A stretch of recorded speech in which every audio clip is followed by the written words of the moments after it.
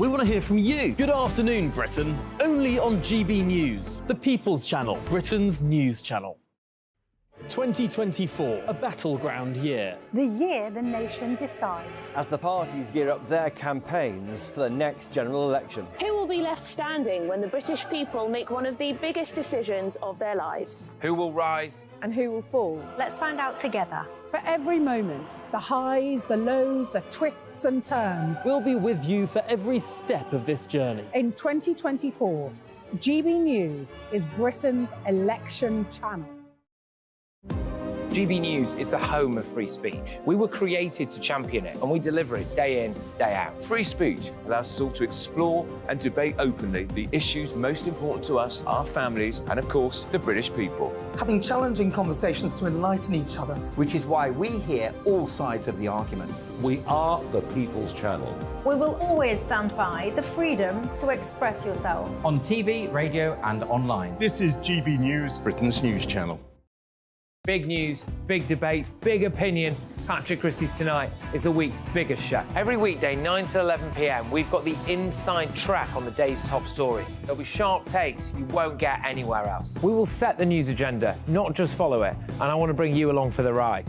Whatever it is, we'll have our finger on the pulse. It's news, but it's this close to entertainment. Patrick Christys Tonight, 9 to 11 p.m, only on GB News, the People's Channel, Britain's news channel.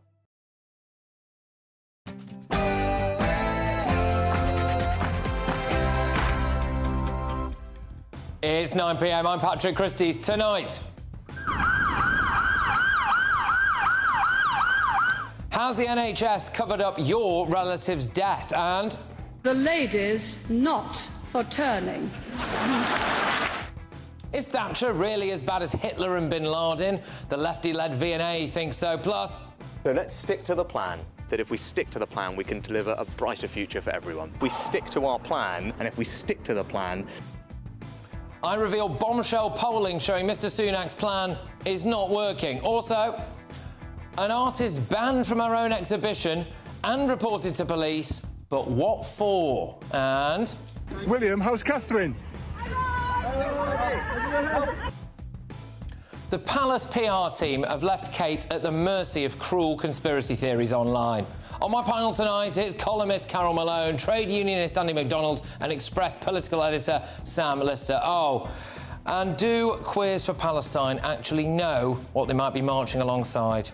We're sitting next to a guy who's going to go and penetrate and sodomize another guy tonight. And you're gonna expect Allah to give you victory. Get ready, Britain. Here we go.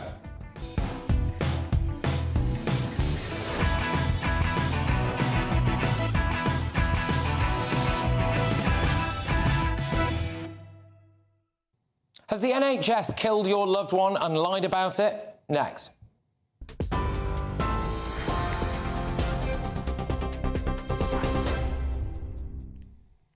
The top stories this hour from the GB Newsroom. I'm Polly Middlehurst. MPs have been voting this evening on 10 changes to the Rwanda bill, amendments suggested by peers in the House of Lords. The first 4 amendments have already been rejected. They were designed to ensure the bill complies with domestic and international law. The controversial legislation aims to deter illegal migrants from coming to the UK on small boats by deporting them to Rwanda. Downing Street says the initial cohort of people is now being contacted, with the Prime Minister still determined to see the first plane departing later this spring. Well, the Prime Minister was also announcing plans today to create 20,000 new apprenticeships on his visit to the West Midlands. He pledged £60 million worth of new investment to cover fully funded training for young people and a reduction in red tape for small businesses who take them.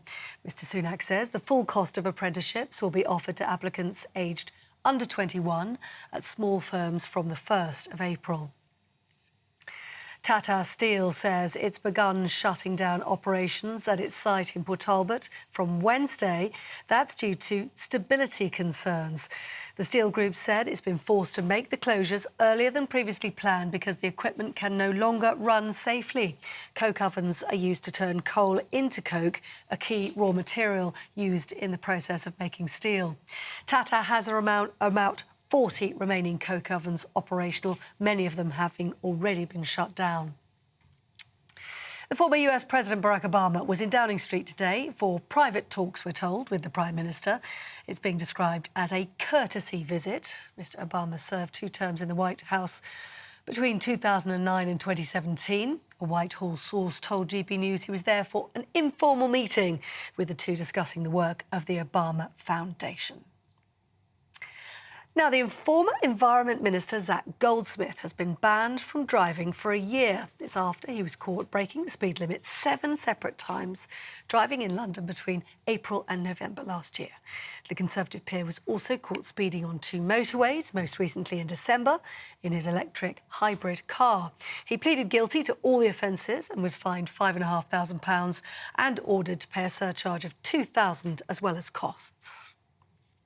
Meanwhile, we could see flying taxis taking to the skies in 2 years under the government's new drones plan. The Department for Transport is proposing flying taxis without pilots on board by 2030 as part of its Future of Flight Action Plan. It says the plan would mean the adoption of technology that was once confined to the realms of science fiction. For the very latest stories, do sign up to GB News Alerts, scan the QR code on your screen or go to gbnews.com/alerts.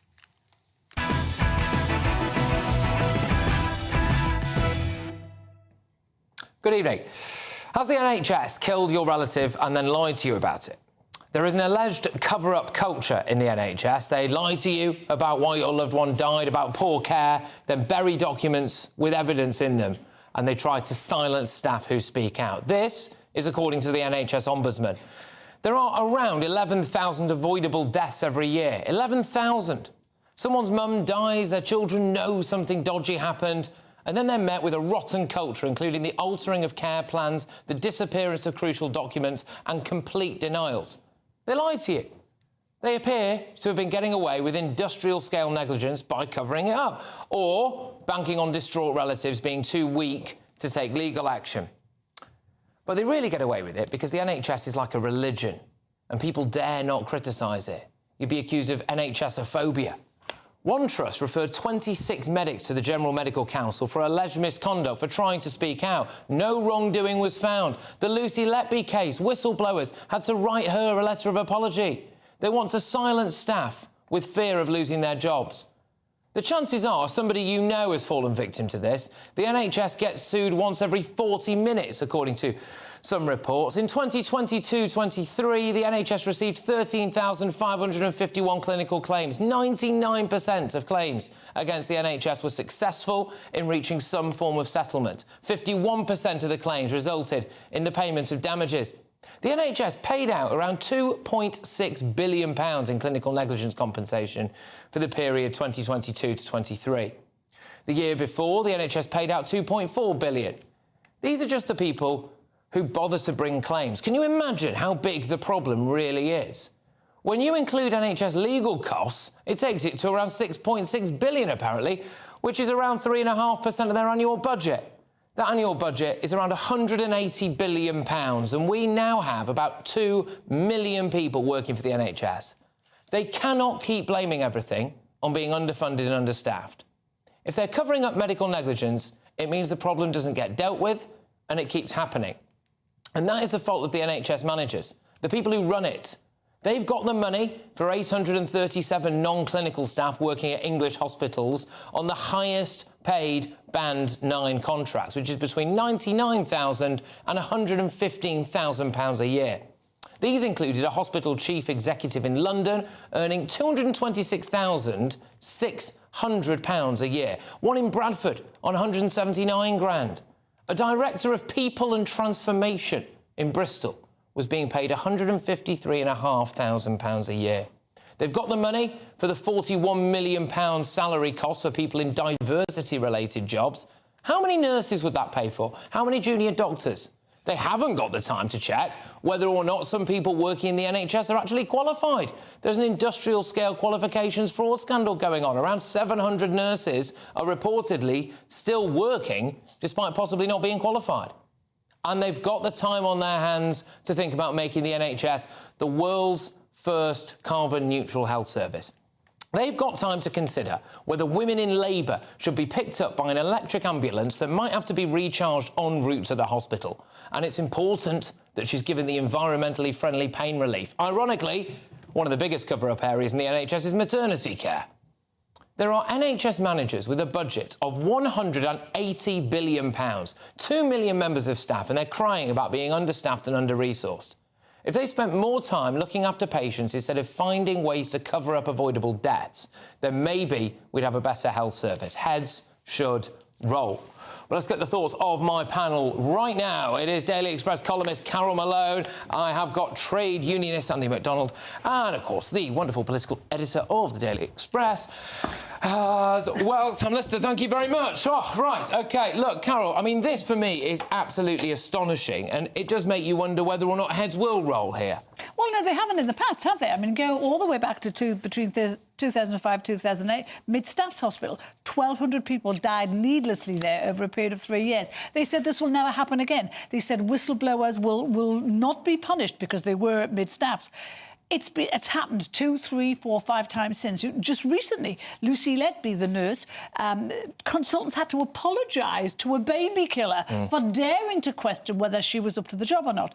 It is astonishing. This new study that's come out by an NHS ombudsman who was retiring shortly, a guy called Rod Berens, he's basically saying that this is kind of the managers, the bosses of the NHS care more about reputational damage to themselves than they do about the health and the lives of the patients, which I find absolutely astonishing. And they will do anything to cover up. You know, you mentioned some astonishing figures there. Billions every year paid out for medical cock-ups. And who are making these cock-ups? Doctors, consultants, nurses, maybe, I don't know. But we know the people we're told we cannot criticise time and time again. These are where the cock-ups are happening. And these people are, when they go for reprimand, whatever, nothing happens to them. If there were 13,500 complaints brought in 2022-2023 and 99% of them were deemed to be accurate, OK? It makes you wonder, though, doesn't it, how many more complaints there actually would be and whether or not we do have a fully functional health service and the lengths they'll go to cover things up. Yeah, I mean, it's insane that 99% of those complaints were fulfilled. Imagine the incidents that went by that weren't complained about. But, you know, this goes to the very top. You know, you look at the health secretaries over this government. There have been 6 health secretaries in 5 years. Talk to them about 6 health secretaries in 5 years. That's got nothing to do with there's mismanagement at the top. What's happening on the ground. I'm sorry, but the budget is given to the NHS, who are supposed to manage it. And don't talk to me about them being underfunded. The OECD said they produced a list of 32 countries last year, and they said, of all the developed countries, the UK has the 3rd best funded healthcare system in the world. Now, that's incredible. And we're on a par with somewhere like Switzerland, where we give 11.3% of GDP to the NHS. Well, I don't think it's particularly comparable because we've got a public health service. Other countries have a private health service. It's totally comparable. It's not. Let me just ask you a question, which is it really our health secretary's fault if an NHS manager is telling staff to doctor records so that someone's nan will never be found out exactly what she died of? No, not if it's just a one-off, not if it's a couple. Exactly, that's what I'm saying. If it were just a one-off, it wouldn't be their fault. But it's a structural problem. It's a cultural problem. It's a cultural problem. It's not a cultural problem. It's people on the ground do not want to have to pay out cash to grieving relatives for killing them, hurting them, causing them permanent harm. And whistleblowers are threatened with the sack. They're threatened with ruination, their career being ruined, for daring to report the hospital. Then who fixes this? Then who fixes it if not the health secretary, not the Secretary of State for Health? OK, Sam, if any other business was run like this, which has, you know, a whopping great big budget, huge numbers of staff on, and something like 11,000 avoidable deaths a year and a culture of cover-up, people would be absolutely screaming from the rooftops to have this thing ripped up, root and branch reform, wouldn't they? I think that's true, but I think actually it is human nature, and I think actually in private companies you do see a culture of covering up, particularly in financial companies. The difference being we are paying, it's taxpayers' money going to fund the NHS. Yeah. This is people's lives, it's not people's bank accounts, and that is the big difference here. I think the problem is the NHS is revered in this evangelical way, and it makes it untouchable. I think that's really a big problem. And I also think the BMA which has become incredibly radicalised, is really causing the NHS big damage. More than 1 million appointments have been cancelled. That's also doing massive harm to patients. And while the BMA has this grip on the NHS, that's a real problem. Sam makes a really good point about the deification of the NHS. For years and years, it's been the sacred cow that we dare not criticise for fear, because it sounds like we're being ungrateful to the doctors and nurses who do a good job, and we're not. But if you don't criticise something, it's never going to change. If you don't threaten it, it's never going to change. Every year they just say we want more money. They get 168 billion currently to run a service, and it's entirely mismanaged. And also, Andy, I've been out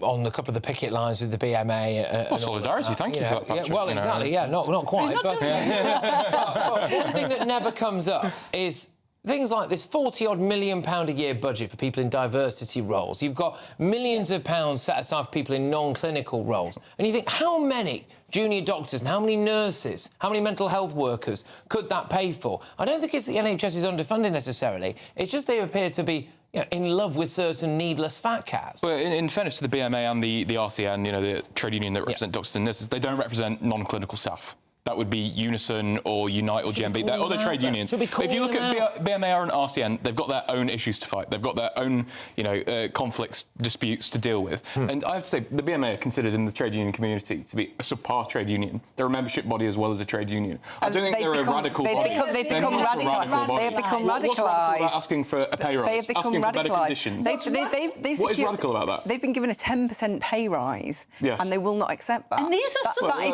are It's not just on pay rise, it's also on contractual factors. These are some of the most highly paid professionals in the country. When you're They're a also consultant, some of the most highly trained. You get trained. Who by? Who've they been helped trained by? Us. Well, themselves. They do pay £9,000 a year in university fees. You think that's all it costs? They do pay university fees. You really think that's all it costs? They pay university fees. Yeah. They get into hundreds of thousands of pounds of debt. But more importantly, what's really important here, we have the worst. The NHS has the worst outcomes for common cancers in the developed world. Really common cancers like esophagus, liver, kidney, lung. We are way bottom of the list for curing. Cancer, in many cases, is a fixable thing. And for some reason, our health service now has fought, and that's not me saying that, that's the cancer. There's something, even more exceptional about what was being revealed today by the Ombudsman, which was about people actually doctoring records or deliberately hiding them. And really, that is a proper, full-blown cover-up. If those allegations are true, I don't see any reason why he would lie about that and then slap it in The Guardian and other outlets as well, personally. That really is sinister stuff. This is the Ombudsman saying this. This isn't a whistleblower themselves. This is the actual Ombudsman who investigates this. This is a respected person, so we can take that to be true. And I think this is a problem that the NHS has had for a long time. Jeremy Hunt, when he was Health Secretary in 2016, announced a whole raft of measures to tackle this problem. And obviously, yet here we are today, 2024. I mean, we're still having these problems. The culture in the NHS is ingrained, but that is the problem you have with an NHS that is the 5th biggest employer in the world and employs nearly 2 million people. How you change that culture? It's almost impossible, particularly when you've got unions, I would say, that are radical and resist change. What's radical about asking for better pay and better conditions? Because they've got a better pay. 35% pay rise. Yes. A 35% pay rise. Seriously. You want people to pay more tax at a time of the cost of living crisis to pay for over a period of 11 years. 35% pay rise. Can I just answer this? And they will not settle. They will not settle. Because of contractual factors, not because of coal. OK, that's enough now. What's radical is putting people's lives in danger to go on strike. What, like the government do? That's radical. OK, well, an NHS spokesperson said this is absolutely vital that everyone working in the NHS feels they can speak up and that their concerns are acted on. The NHS has updated its freedom to speak up guidance and brought in extra background checks for board members to prevent directors involved in serious mismanagement from joining another NHS organisation. As the Ombudsman is aware, there have been major efforts to prioritise patient safety in England and progress in creating a more positive safety culture amongst the workforce, which has led to higher levels of patient safety, incident reporting than ever before, and the widespread focus on improvements, including through the new Patient Safety Incident Response Framework. It's a bit of a mouthful, that, isn't it? There we go. The Department of Health and Social Care spokesman said, there's a lot of these, the safety of all patients is of vital importance, and we have made significant improvements to strengthen protections for patients, including publishing the first NHS patient safety strategy. Have they actually read this report from Rob Berens? I mean, why are you laughing? I've seen what's coming up next. Oh, OK, all right, fair enough. Well, there we go. Well, look, get your views coming in, gbviews@gbnews.com, because I think most families in the UK will have some story that relates to that, and I do want to hear from you. But don't miss out on your chance to win our Great British Spring giveaway, tech, treats and £12,345 in free cash. It's an amazing prize and it could be yours. Here's how you can enter. There's still time to win our giveaway packed with seasonal essentials. First, there's an incredible £12,345 in tax-free cash to be won. Cash to make your bank account bloom. Plus a spring shopping spree with £500 in shopping vouchers to spend in the store of your choice. And finally, a garden gadget package, including a handheld games console, a portable smart speaker and a pizza oven. For another chance to win the vouchers, the treats and £12,345 in tax-free cash, text GBWIN to 84902. Text costs £2 plus one standard network rate message. Or post your name and number to GB03 PO Box 8690 Derby DE1 9TT. UK only. Entrance must be 18 or over. Lines close at 5 p.m. on Friday the 29th of March. Full terms and privacy notice at gbnews.com/win. Please check the closing time if watching or listening on demand. Good luck. Coming up, one of the other big stories of the day is our Prime Minister on the brink. Is Kemi Badenoch right that Tory rebels should stop messing around and back the PM? And what does London's record population, fuelled by immigration, mean for the rest of the UK? Fleet Street legend Kelvin Mackenzie has plenty to say on that shortly. Plus, this bombshell video released tonight showing the Princess of Wales out and about in public. But up next, it's the head-to-head. Now, the woke V&A Museum ridiculously compares Margaret Thatcher to, Hitler and Bin Laden. What do you think? Was she a villain or a hero? Her former aide, Niall Gardner, does battle with broadcaster Jenny Barnett in just a tick. It's Patrick Christys tonight. We're only on GB News.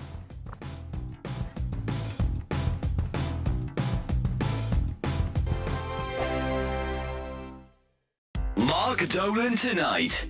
Weekends from 9 p.m.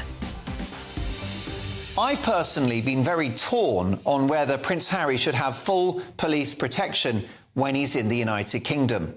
On the one hand, why should taxpayers fork out for somebody that's left the country and the institution? He is no longer a working, serving royal. But I don't think it matters. He is one of the most famous men in the world, and whether he's a royal or not, he is an ambassador for this country. And he still does good.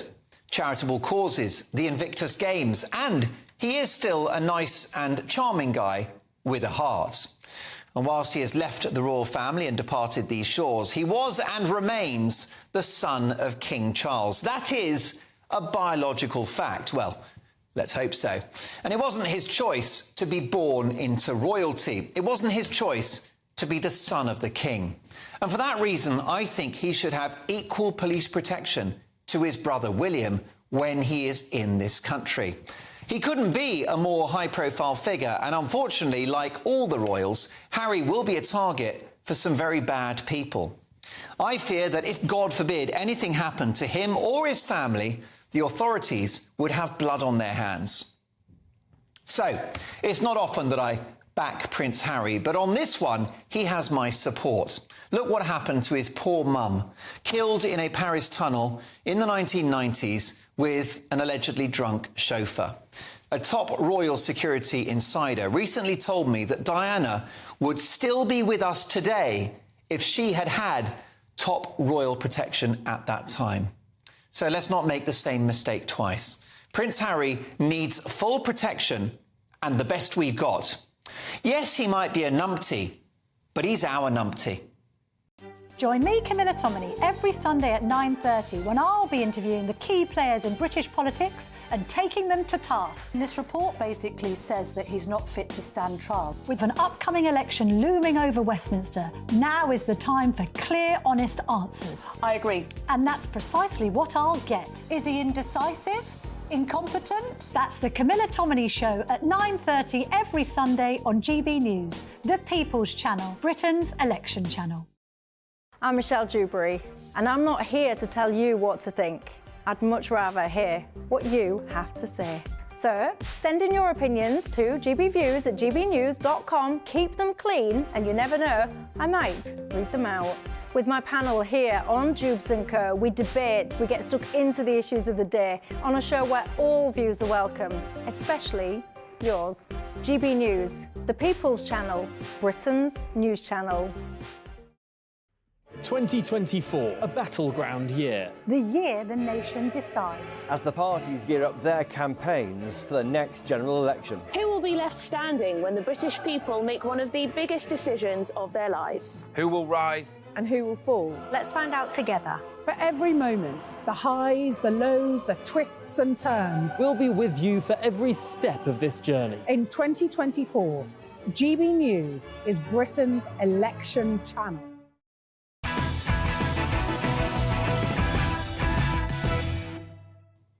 Well, we have a massive population crisis, and Rishi Sunak's leadership is apparently hanging by a thread. All of that coming up, but time now for our head-to-head. Well, the V&A Museum has been mocked and ridiculed for naming Margaret Thatcher on a list of so-called unpopular figures, alongside the likes of Adolf Hitler and Osama bin Laden. Hitler, of course, murdered 6 million Jews on his deranged mission to conquer Europe, engineering the Holocaust as one of the worst crimes humanity has ever seen. Amongst other atrocities, bin Laden masterminded the murder of nearly 3,000 Americans and others on September the 11th, when hijackers flew planes into New York's World Trade Centers. Thatcher, meanwhile...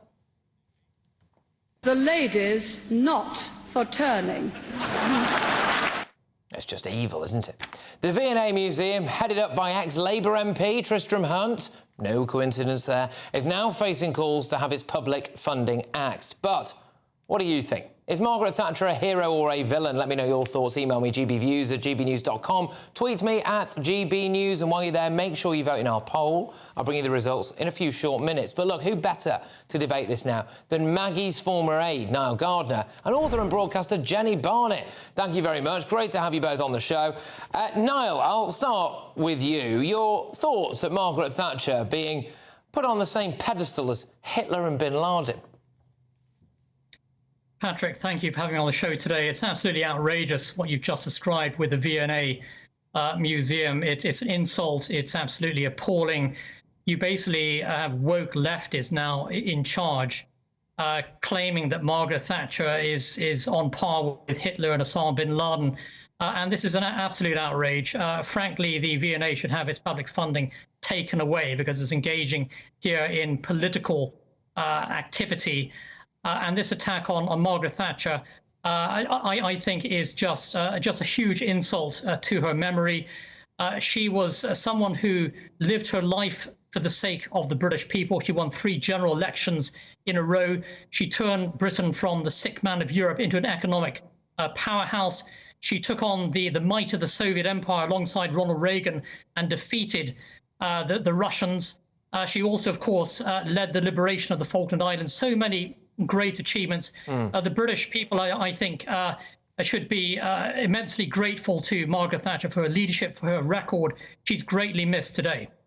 Yeah, I mean, Jenny, surely you'd have to concede that she's, I mean, even a worst critic wouldn't put her on the same bracket as Hitler, for goodness sake. They are not saying that she is like Hitler. They are talking about unpopular figures. She was unpopular. There were always 2 ways to skin a cat. There were those that thought she was wonderful and the second coming, and those who saw a woman after elocution lessons superciliously pouring scorn on the working class. We've always had an issue with our class system, But Thatcher fueled the flames of dissent. Proud miners, steel workers, proud hard-working communities. She demonised them all. And of course, she was not like Hitler, who was a deranged lunatic, but Thatcher was cruel and calculating. She was a snob. She broke the unions and she flew in the face of egalitarianism. According to Thatcher, there was no such thing as society. Today, its legacy lingers on. It's I'm all right, Jack, all for one and one for one. She was the godmother of division, and the vulnerable in society are fighting. Then they had to fight to survive. Now they're fighting to survive. And you can only look at a society in how they treat their vulnerable. And Margaret Thatcher couldn't give her monkeys. OK, Niall, you're going to have to defend Maggie's honour here. Yeah, well, I'll have to respond to that unhinged rant because it was completely crazy, frankly, really. One of the craziest things I've heard on TV in years, frankly. Margaret Thatcher actually stood up for working class Britons, millions of whom actually voted for Margaret Thatcher in 3 general elections. She took on actually the evils of socialism. And she fought for the working man. She stood up, of course, to the nefarious. She stood up to the nefarious trade unions, actually, who are suppressing the workers. Frankly, she greatly enhanced living standards across the United Kingdom, with very good reason. She won 3 general elections in a row. She didn't lose. She won those elections because British people rallied around her, and they supported a leader who stood for the British people, who fought for the British people. And who really exemplified, I think, what is so great about Britain, really. And that was Margaret Thatcher. OK, look, Jenny, people can see straight through this, all right? You've got a woke museum here, headed up by an ex-Labour MP, Tristram Hunt, sticking Margaret Thatcher in the same bracket as Bin Laden and Hitler. It's all very well and good you saying there's a nuanced difference there. When a lot of people walk through the V&A, they're going to see Thatcher in the same bracket as Bin Laden and Hitler. They might not look into it as much as you, especially young people. They're just going to see her as that. They're trying to rewrite history, Jenny. I think that's not true. I think that standing up, she was unpopular for millions and millions of people. If you came from a mining community, Niall, and you had no money and you were striking for your rights, you were fighting against a woman that was held up by the state. She won 3 elections. There was nobody else to stand to do what she did. And she was powerful, but she was careless and she was ruthless. And she divided our country, divided it so much that you had Nottingham miners fighting Nottingham miners, and you had the police fighting and bashing people's heads with.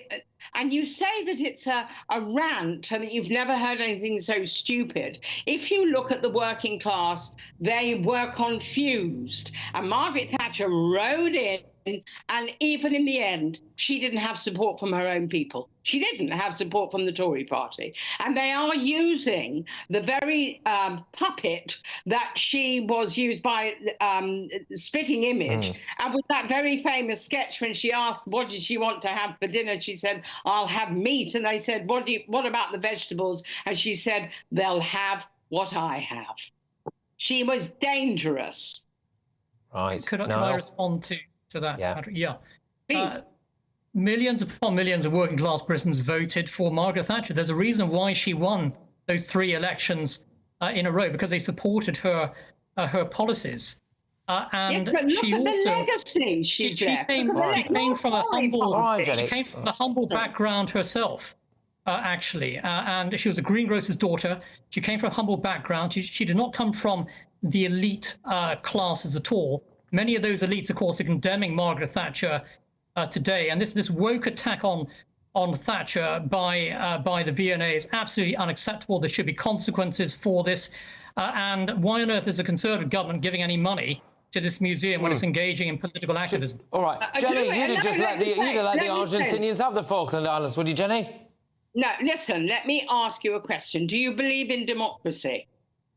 Me? Well, yes. I mean, you know, is this something we're going to do? How many more rhetorical questions are we going to do here, Jenny? Of course we do. And Margaret Thatcher won 3 democratic elections. That's a big achievement. She's a champion of democracy. If you believe in democracy, then a museum is putting up an exhibition which will have people talking and thinking. And millions of working class who she wanted to move up into the higher echelon. It doesn't have the right to engage in political activism on the taxpayer's dime here. That's unacceptable. That's out of order. Neither do you have the right to dismiss other people's opinions. In my opinion, the woman was dangerous.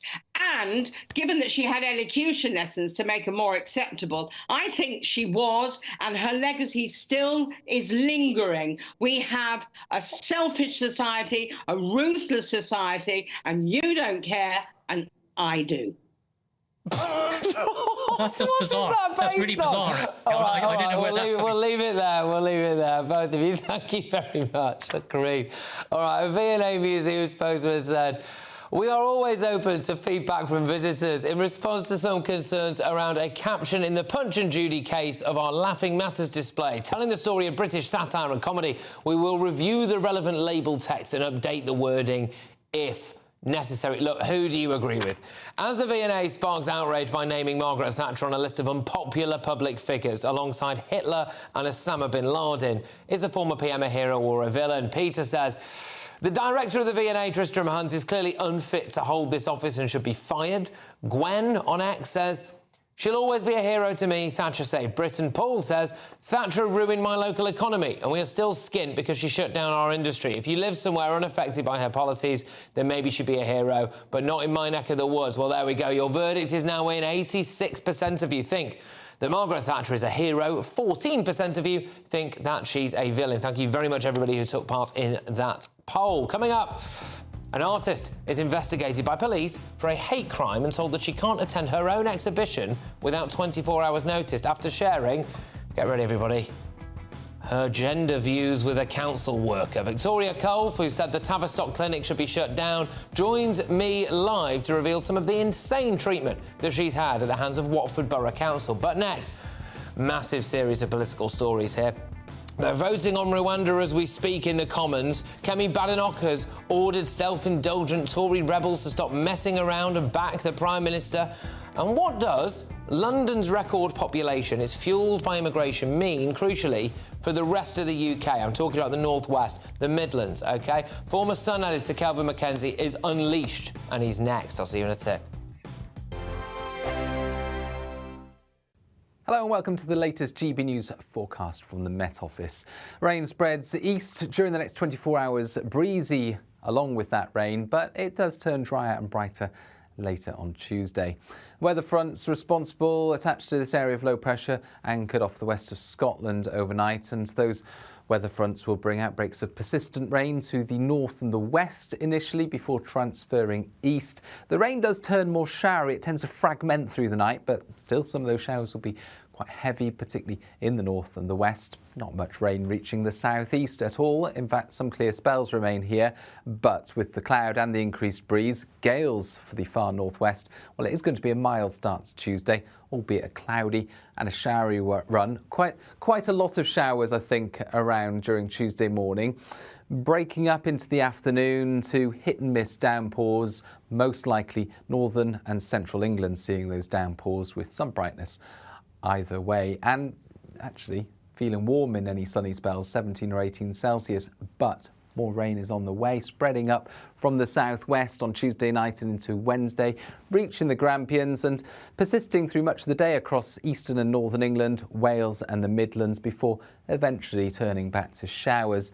Further outbreaks of rain to come on Thursday, particularly towards the northwest, where it will be windy and cool, and then showers to come on Friday. Free Speech Nation, Sunday nights from 7 p.m. Our first question comes from Elliot. Elliot, hello.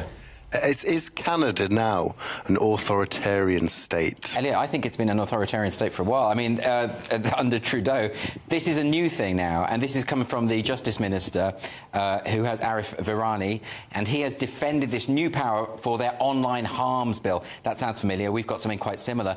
And they're saying they can now impose house arrest on someone who they think might commit a hate crime in the future, right?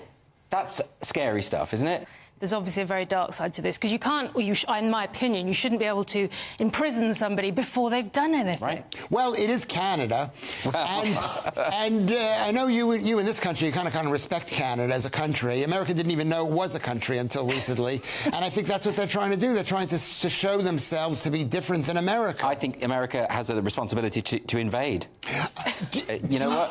I do. You know, you're kidding, but it may come down to this, or this may just be yeah, maybe. Well, I just think it's ridiculous that the idea of arresting someone...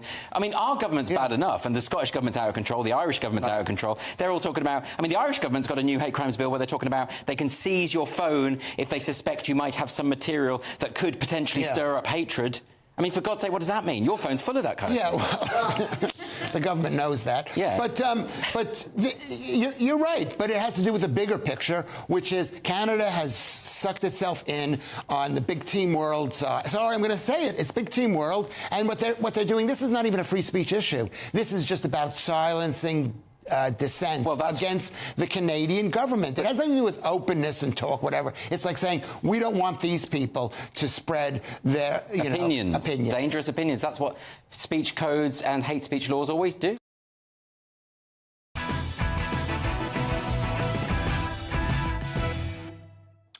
Welcome back to Pantry Christys tonight. Coming up, I am joined by the artist embroiled in a police hate crime investigation after she shared her gender-critical views with a council worker. But first, after a weekend of speculation about his future, Rishi Sunak came out all guns blazing today. I'm not interested in all Westminster politics. It doesn't matter. What matters is the future of our country. And as we've seen over the last few weeks, our plan is working. Now, if that sounded familiar, here's a reminder of Sunak's favourite phrase. So let's stick to the plan. That if we stick to the plan, we can deliver a brighter future for everyone. We stick to our plan, and if we stick to the plan, we can make sure that everyone has peace of mind, that there's a brighter future for them and their family. But if we stick to the plan, I know that we'll absolutely get there and deliver a brighter future for everyone in our country. Oh, despite Mr Sunak's pleas, Kemi Badenoch was forced to pour cold water on rumours that right-wing Tory MPs are plotting to replace him with Penny Mordaunt before the next general election. Well, those people who are going around putting these things about are being self-indulgent. People need to stop messing around and get behind the Prime Minister. But here is some shocking new regional polling. It's laid bare how badly the Tories are doing in key election battlegrounds like the North East, where support for Labour has surged to a whopping 51%, leaving the Tories neck and neck with Reform on 17%. I'm joined now by the former editor of The Sun, Kelvin Mackenzie. Kelvin, is Rishi Sunak a dead man walking? I'm afraid he is, but let's just look on the other side. One of the problems that the Conservatives face is that Penny Mordaunt, I mean, where her name came from, I have no idea at all. And not only that, she has a 15,000 majority. Based on that kind of polling, she's out as well, right? So I don't know who she'll be leading, but she won't be leading the Conservatives. She'll be gone. The reality, of course, is that the economy is going to move. It is going to be better. Inflation will be down. Pay will be better. Taxes through NI will be down. Everything will be looking great. Even house prices are on the grow. Right? That's good for some people anyway, especially if you've got a house. But it won't do him any good. Unfortunately, the voters are not listening, and they actually want to do something rather nasty to somebody. And as it turns out to be Sunak that they're going to do it to. OK, and, I mean, he's apparently threatening that, if there's 40 letters gone in, I think he needs 53 to have a vote of no confidence. He's apparently saying, well, look, hey, if you decide to do that, then I'll just call an election. Yeah, look, it's not going to happen, right? There are a load of idiots, right, in the Conservative Party and sitting in the parliamentary Conservative Party right now. They will hang on until the end. The idea that they want to all blow themselves up and assassinate a leader and then kill their own careers stone dead. Nobody, after all, who would hire a Conservative MP anyway? Supposing you were running a business, right? You've got enough snitches and hopeless already on your staff. You don't need to hire one in from the Conservative Party. They are in very bad shape, I'm afraid. OK, now something today landed which sounded like a London-centric story, which I don't really like to do too much on this show. But then I thought, well, actually, hang on a minute. This has got consequences for everybody. People watching in the North East, in the North West, in the Midlands. Astonishing new figures released today reveal that London's population has exploded by a massive 10.1 million. With the bulk of that increase attributed to migrants arriving. from abroad. Now, it comes just weeks after it emerged that the UK's population could hit 74 million by 2036 again, with migration fueling the surge. Now, this is a massive problem and will have huge knock-on effects going forward. Kelvin, this pattern will be repeated in towns and cities the length and breadth of the UK, isn't it? Rapid population fueled by mass migration. Well, you wouldn't have to be a genius. Anybody who travels over the country, go on the London Underground, and you will see how a big change is. The biggest minority on the tube system right now is anybody who looks like me, old with a smattering of hair, right? It's a massive change, an enormous change this last 20 years. Started off by Blair, and it's continued through the boats. It's a thing, and nobody's being a racist. All they're saying is, we can't get to see our doctor. We can't put the children into the school we want.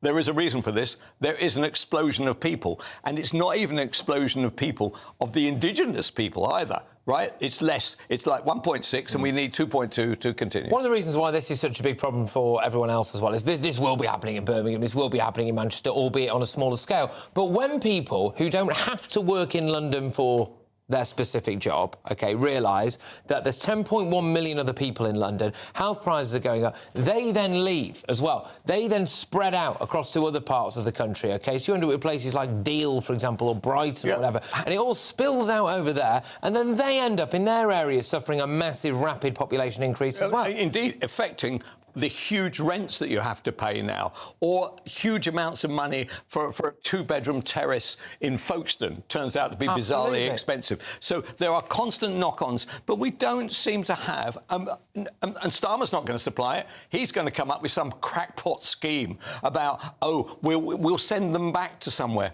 Oh, really? Where are you going to send them back to? The first thing that the migrants do as they arrive is they throw their passports into the water, so you don't know where they came from. So how is this going to work? We have a massive political problem, and that is why Reform is doing well, and that is why the Conservatives are not doing well. Well, look, on to a different story now, a different story completely. And, Kelvin, after weeks and weeks of wild social media speculation, the Princess of Wales has been sighted on a visit to a farm shop over the weekend. And after almost 24 hours of more speculation, the video proof has finally emerged. I'm going to be talking about this a little bit later on. I think that the palace and the PR gurus have not just failed to protect Kate, I think they've driven a massive bus over her. Your views? Well, I feel desperately sorry for Kate.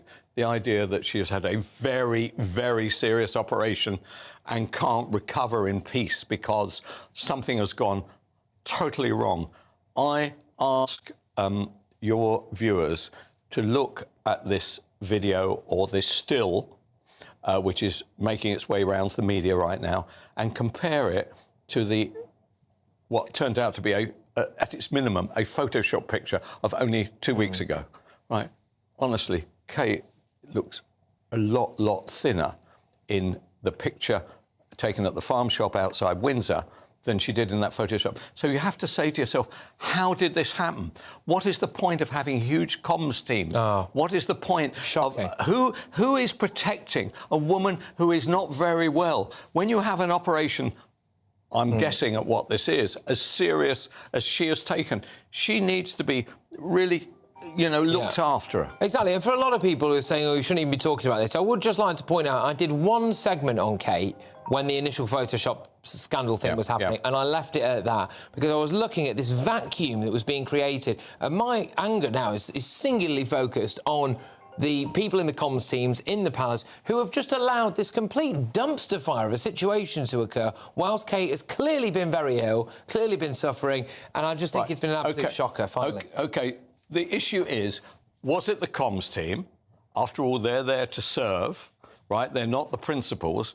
Or is it slightly higher than that? I cannot believe that they would have said, do this. I just don't believe that. So I feel desperate for her. And anybody who sees this photo... and the problem now is the conspiracies will never end.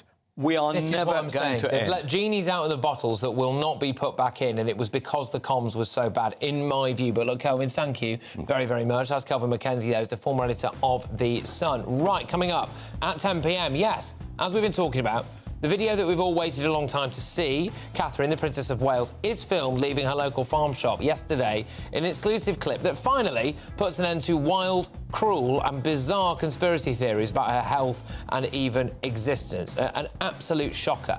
But next, an artist is investigated by police for a hate crime and told that she can't attend her own exhibition without 24 hours' notice after sharing her gender views with a council worker. The woman herself, Victoria Culp, joins me live to explain her draconian treatment in just a few minutes. Not to be missed. In a tick. Headliners. Tomorrow's papers tonight. Every night from 11 p.m. Is a debate on gender really a far-right issue? Far right. I'm so bored of that phrase, you know what I mean? Like, anyone who talks about... anyone who acknowledges that there are two sexes is suddenly far right, because that's what Hitler and Mussolini were all about. This question from Shirley is, of course, about Labour. They've been accused of being undemocratic because they pressured a pub into cancelling a debate, and this debate features Kelly J. Keane, who's been on this show a couple of times, and she's a campaigner, and she was just on the panel, and then they got a letter saying that they couldn't do it because Kelly J. Keane apparently attracts far-right groups. Now, they've tried this trick before, but because some awful, ghastly neo-Nazi types turned up near to an event that she was holding in Australia, they kind of tried to blame that on her and suggest that the two were the same thing. They weren't. That was an opportunistic group turning up to... they're not... neo-Nazis aren't pro-feminist.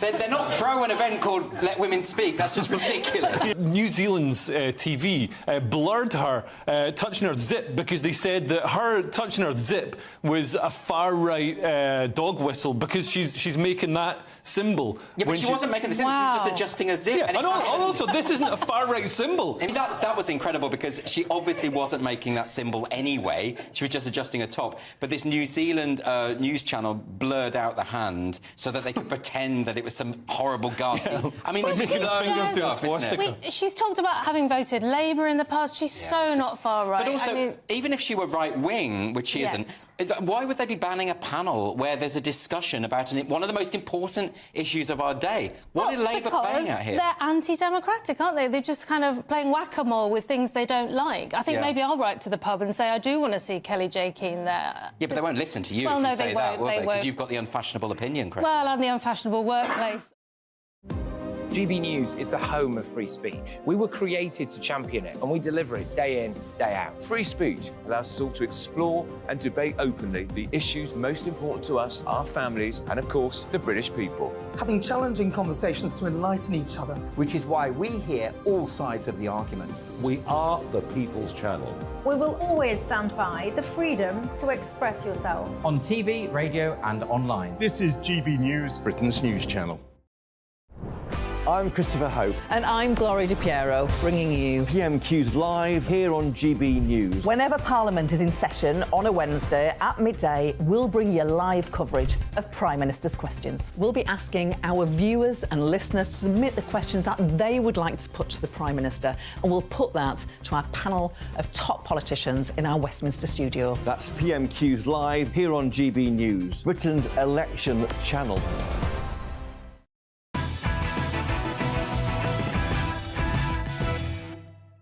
Welcome back. Still to come, has the palace failed the Princess of Wales? But first, a chilling cancellation attempt against an artist because they shared mainstream views about children becoming trans and changing their gender.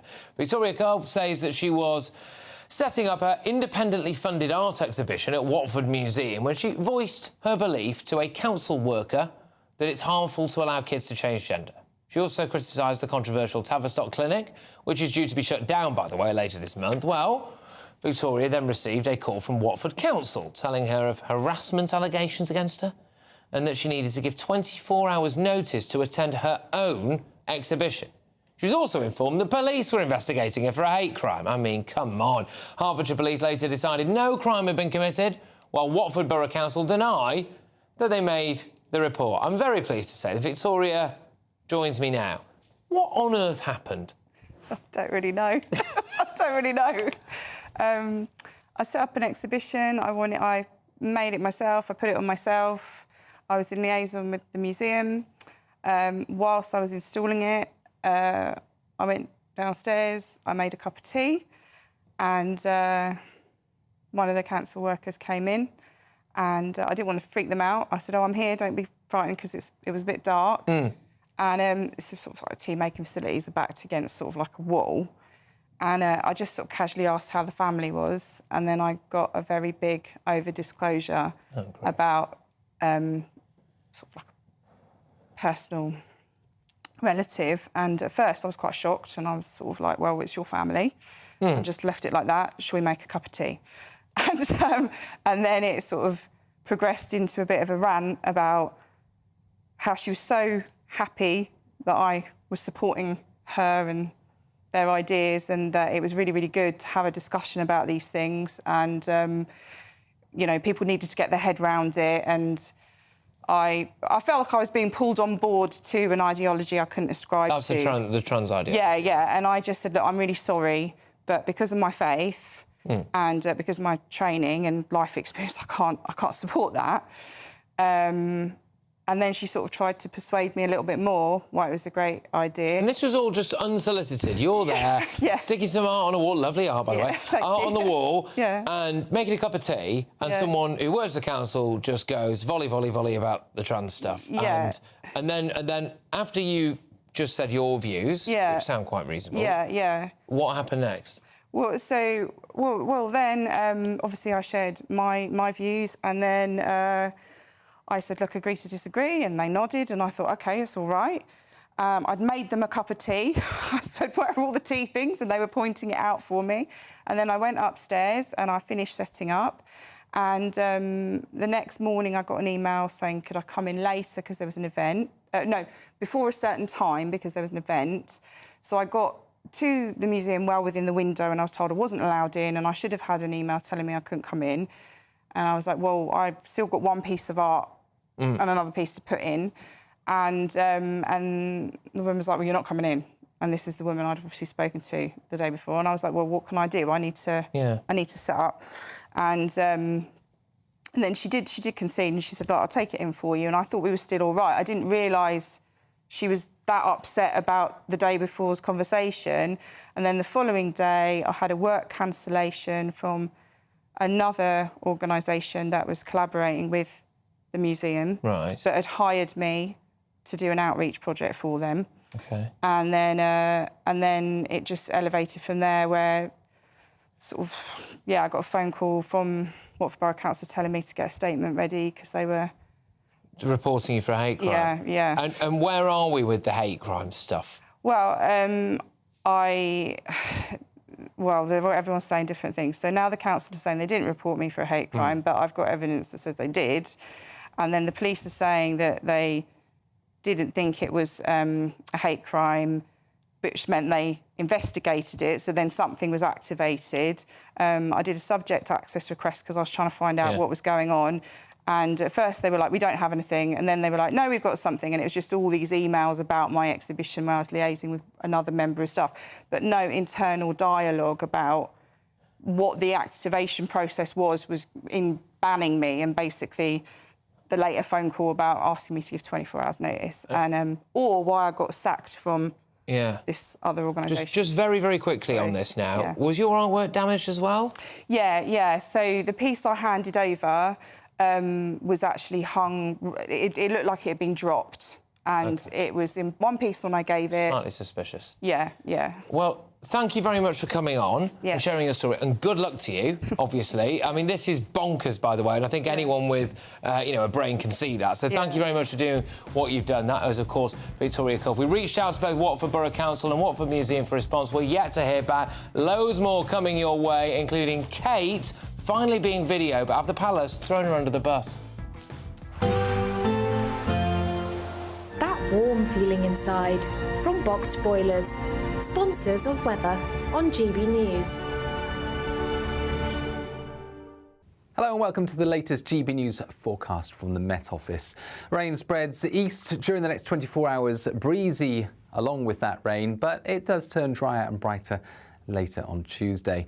Weather fronts responsible attached to this area of low pressure anchored off the west of Scotland overnight, and those weather fronts will bring outbreaks of persistent rain to the north and the west initially before transferring east. The rain does turn more showery. It tends to fragment through the night, but still some of those showers will be quite heavy, particularly in the north and the west. Not much rain reaching the southeast at all. In fact, some clear spells remain here, but with the cloud and the increased breeze, gales for the far northwest. Well, it is going to be a mild start to Tuesday, albeit a cloudy and a showery run. Quite a lot of showers, I think, around during Tuesday morning, breaking up into the afternoon to hit and miss downpours, most likely northern and central England seeing those downpours with some brightness either way, and actually feeling warm in any sunny spells, 17 or 18 Celsius, but more rain is on the way, spreading up from the southwest on Tuesday night and into Wednesday, reaching the Grampians and persisting through much of the day across eastern and northern England, Wales and the Midlands, before eventually turning back to showers. Further outbreaks of rain to come on Thursday, particularly towards the northwest, where it will be windy and cool, and then showers to come on Friday. Looks like things are heating up. Boxed Boilers, sponsors of weather on GB News. Time is ticking on your chance to win the Great British Giveaway. There's a massive £12,345 in tax-free cash to spend however you like, along with £500 in shopping vouchers for your favourite store, a games console, a pizza oven and a portable Sonos smart speaker. And the best news? You could be our next big winner, just like Phil. Didn't quite believe it and still can't. And if I can win it, anybody can win it. For another chance to win the vouchers, the treats, and £12,345 in tax-free cash, text GBWIN to 84902. Text costs £2 plus one standard network rate message. Or post your name and number to GB03 PO Box 8690 Derby DE1 9TT.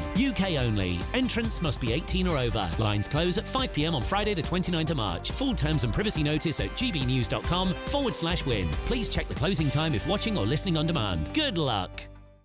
Join me, Camilla Tominey, every Sunday at 9:30 when I'll be interviewing the key players in British politics and taking them to task. This report basically says that he's not fit to stand trial. With an upcoming election looming over Westminster, now is the time for clear, honest answers. I agree. And that's precisely what I'll get. Is he indecisive? Incompetent? That's the Camilla Tominey Show at 9:30 every Sunday on GB News, the People's Channel, Britain's election channel. I think the most exciting bit for me is talking to people. People who I think are ignored often by the major news channels.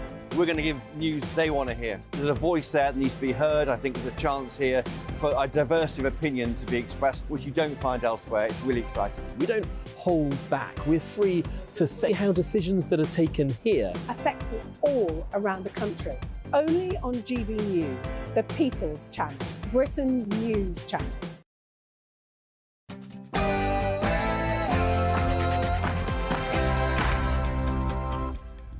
It's 10 p.m. I'm Patrick Christys. Tonight, William, how's Catherine? Princess Catherine has been thrown under the bus, and everyone is trying to block us, including the Labour Party, because they don't have a plan to tackle this problem. We do. I'm determined to see it through, get the deterrent up and running as quickly as possible. Has Rwanda just blown up our migrant plan? So instead of all the gimmicks that we've had from Rishi Sunak and the Conservatives, our plan is to get a grip. Do you trust Labour with our borders? Also, not just because I have the honour of becoming the first black leader in any European country. Politicians constantly banging on about race. So are the media. He's set to become the only black politician ever to run a European country. Have a day off. Tomorrow's newspaper front pages with columnist Carol Malone, trade unionist Andy MacDonald and Express political editor Sam Lister. And do Queers for Palestine actually know who they could be marching with? You'll be sitting next to a guy who's going to go and penetrate and sodomize another guy tonight. And you're going to expect Allah to give you victory. Get ready, Britain. Here we go.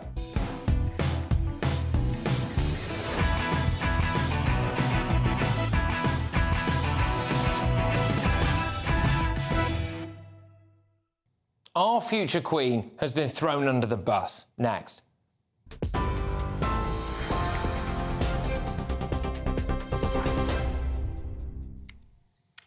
Patrick, thank you. I'm Polly Middlehurst in the GB newsroom, and the top story tonight. Well, MPs have been voting in the House of Commons tonight on the government's flagship Rwanda bill and the 10 separate amendments to it suggested by the House of Lords. We know the first 9 amendments have been rejected, one of which was designed to ensure the bill complied with domestic and international law. The controversial legislation aims to deter illegal migrants from coming to the UK in small boats by deporting them to Rwanda. Downing Street says the initial cohort of people is now being contacted, with the Prime Minister still determined to see the first plane departing later this spring. Earlier on today, the Shadow Home Secretary Yvette Cooper spoke to GB News, and she said Labour would get a grip on the issue. We need to strengthen our border security and fix the chaos in the asylum system, because under the Conservatives we've really seen criminal gangs take hold along the Channel, and then this huge soaring backlog with asylum hotel use that is costing the taxpayer billions. So instead of all the gimmicks that we've had from Rishi Sunak and the Conservatives, our plan is to get a grip. That starts with the new cross-border police to go after the criminal gangs, to smash the gang networks and prevent boats arriving on the French coast in the first place. Yvette Cooper speaking to GB News earlier on today. Well, the Prime Minister was busy announcing plans to create 20,000 new apprenticeships today. He was on a visit to the West Midlands. He pledged £60 million worth of new investments to cover fully funded training for young people and a reduction in red tape for small businesses who accept them. Mr Sunak says the full cost of apprenticeships will be offered to applicants aged under 21 at small firms from April the 1st. Now, 9 police officers have been recognised for their bravery, risking their lives rescuing residents from a fire in Windsor in Berkshire. Take a look. Get back! Move back from it now! Move back! Move that way! Move that way! If you're listening on radio, we're watching Thames Valley Police body cam footage of that incident which happened at a mobile home park in 2021. Emergency crews were responding to an explosion in one of those homes, and it then set itself on fire. One of the officers who took part in the rescue said it was the first time he'd had a chance to look back at the video and properly reflect on just how close he and his colleagues came to death. He said the selfless act was at the time driven by pure instinct. And finally, Britain's most successful female Olympian, Dame Laura Kenny, has announced her retirement from professional cycling. The athlete posted the news on her Instagram page, saying it was time to move on. The 5-time gold medalist had been expected to compete at the Paris Games this summer. But the 31-year-old welcomed her second son last year and said spending time at home with him and her family was proving more important to her at the moment. For the latest stories, do sign up to GB News Alerts, scan the QR code on your screen right now, or go to gbnews.com/alerts.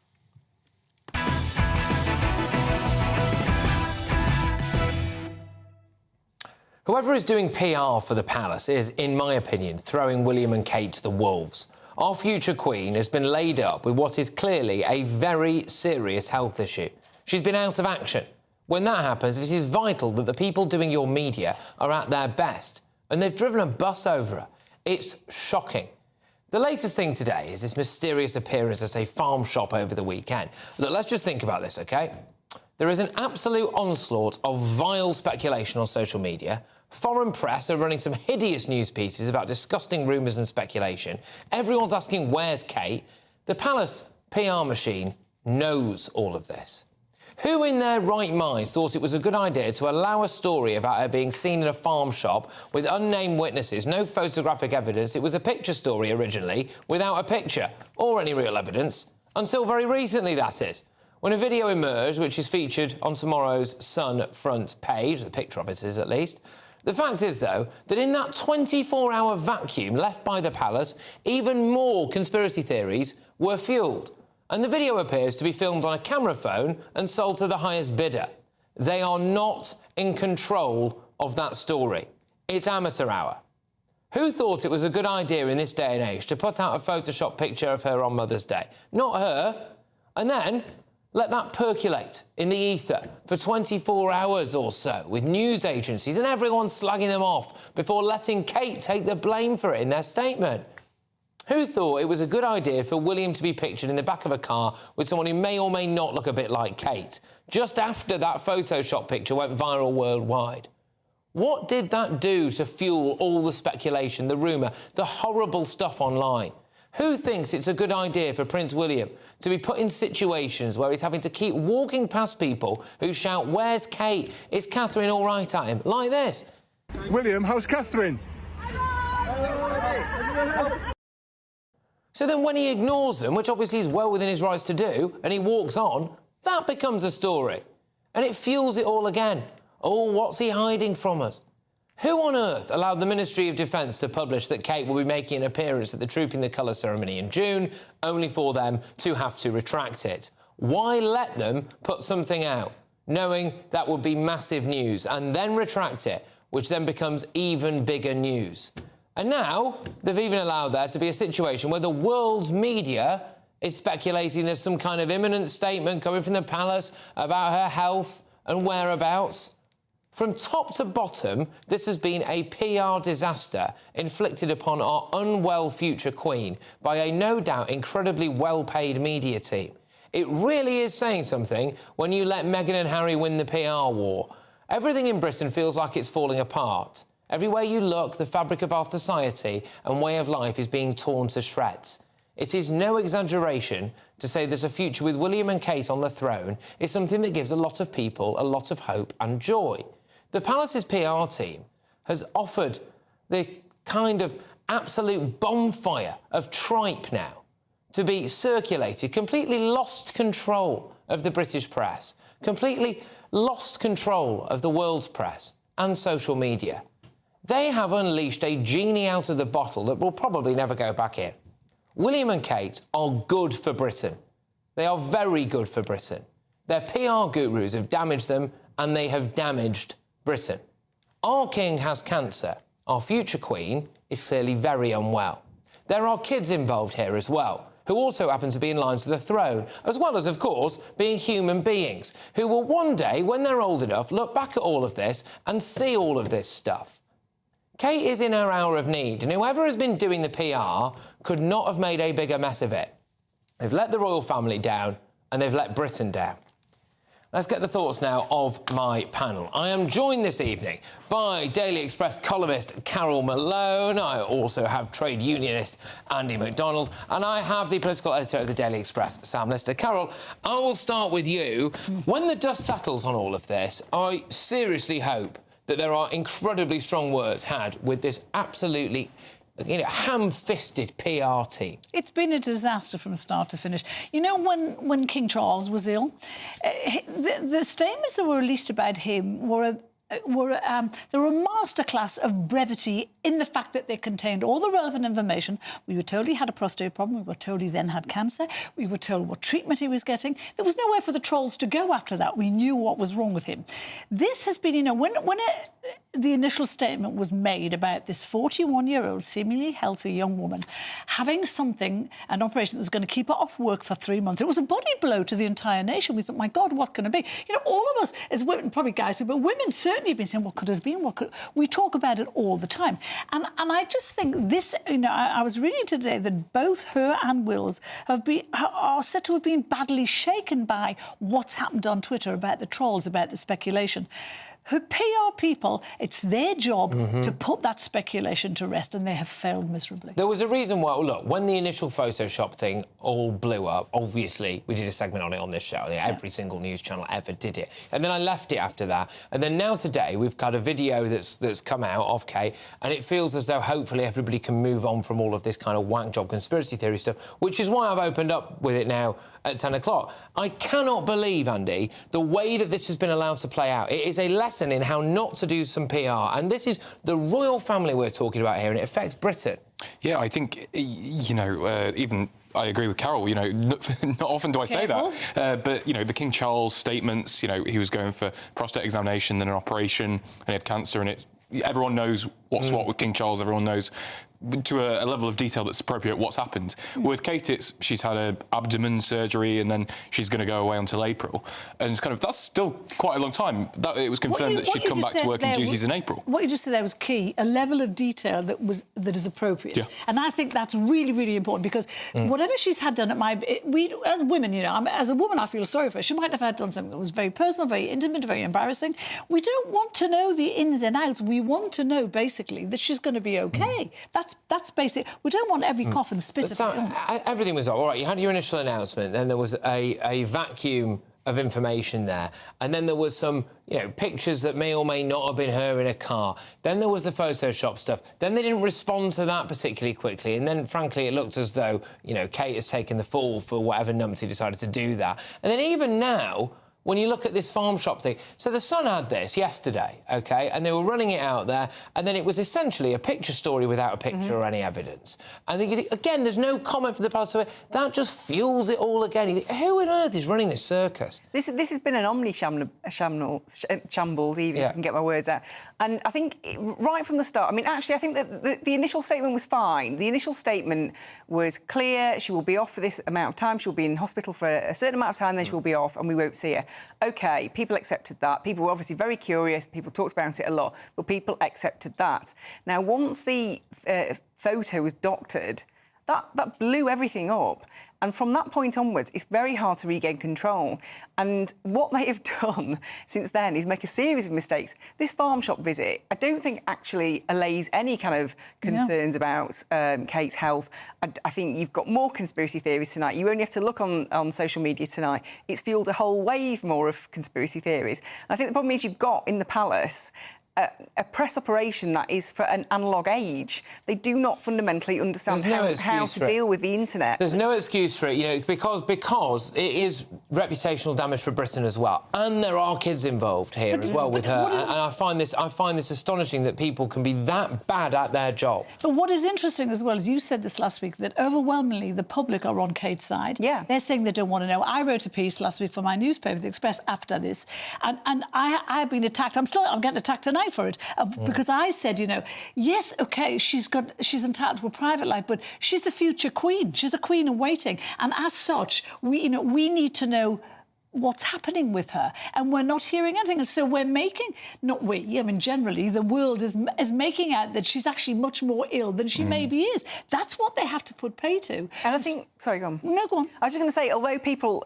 definitely are on people at Kate's side, the readers of our paper, as you know, really very much on your viewers very much on her side, but people still are reading these stories and people are still watching these discussions because people actually do want to know. I just think the idea that she's recovering from whatever it is she's recovering from, and then she's got, you know, people whose responsibility it is to just run the PR on this and make sure everything's OK, and she will be acutely aware of all of the filth that's been put out there, and you just think, how on earth could people do that to her? Just a final word on that. Yeah, I mean, you know, she's recovering from an operation. The last thing that you want is this internet onslaught that her PR team have allowed. It's just baffling that they've been allowed to get away with it. And that photo yesterday, she did not look She doesn't look like Kate.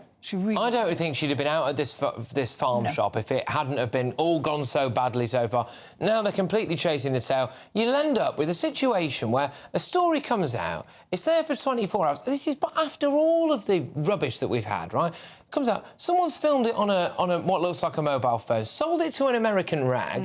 And who is running this show? Anyway, all right, well, look, thank you very much for that start. Look, coming up, a British Mueller says that Allah isn't giving Palestine victory because there are too many gay people at the London marches.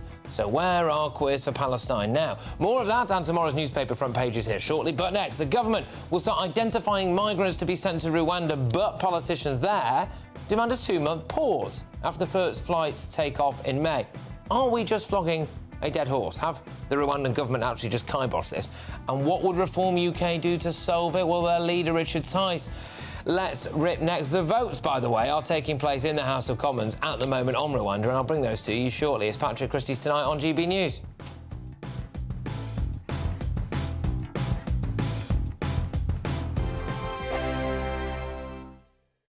This is GB News, Britain's news channel. Now, I'm sure you have seen this video that went viral this week, and if you haven't, well, I think you're going to enjoy it.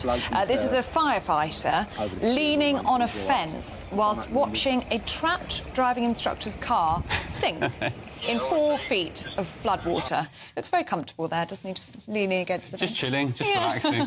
Yeah, there were in fact 2 Essex fire and rescue crews, an ambulance and a police car parked near the sinking vehicle, but they wouldn't enter the water because they had to wait for specialist crews who were trained for the water depth.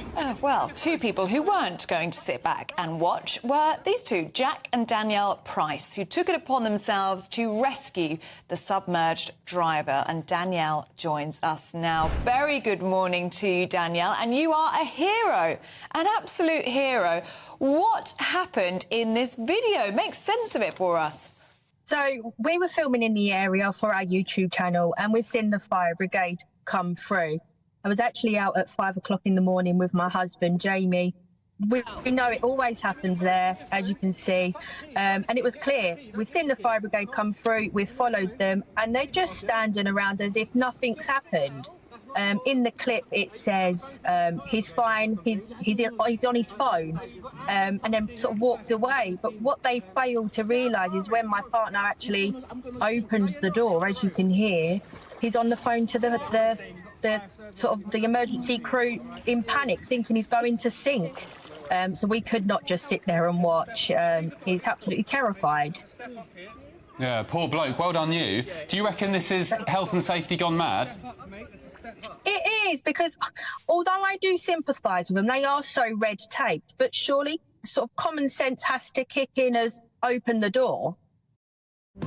GB News is the home of free speech. We were created to champion it, and we deliver it day in, day out. Free speech allows us all to explore and debate openly the issues most important to us, our families, and of course, the British people. Having challenging conversations to enlighten each other. Which is why we hear all sides of the argument.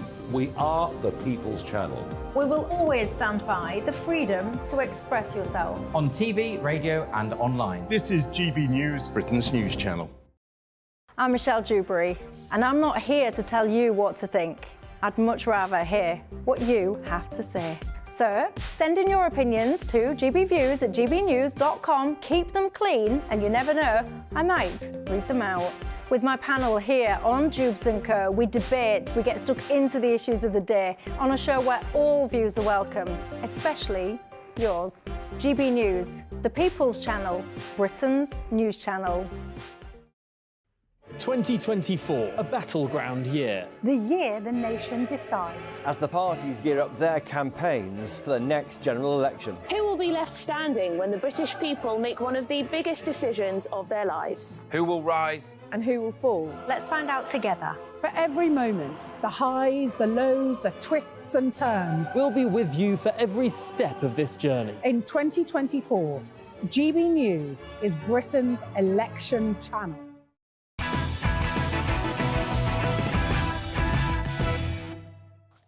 Welcome back to Patrick Christys tonight. Look, there is a massive night of news taking place literally right now all around us, because after voting tonight, MPs have overturned all 10 of the House of Lords' amendments to the Rwanda bill. So that has just landed. These were said to be attempts to water down the legislation. So here's the second of 10 amendments being rejected earlier this evening. The question is that this House disagrees with the Lords in their Amendment 2. Does many of that opinion say aye? Aye! Contrary, no. No! Division! Clear the lobby.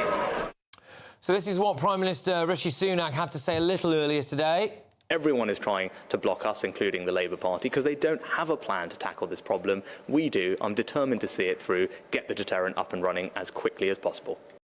So the Safety of Rwanda bill will now return to the House of Lords. It could become law before the end of the week. As Rishi Sunak races to get the flights in the air this spring, though, the government has now begun identifying the initial cohort of illegal migrants who will be sent to Rwanda. But The Times today has reported that the Kigali government are demanding a 2-month pause after the first migrant arrivals because they only confirmed accommodation for 200 people. I'm joined now by Reform UK leader Richard Tice. Richard, potentially just 200 migrants sent to Rwanda. is it even worth it?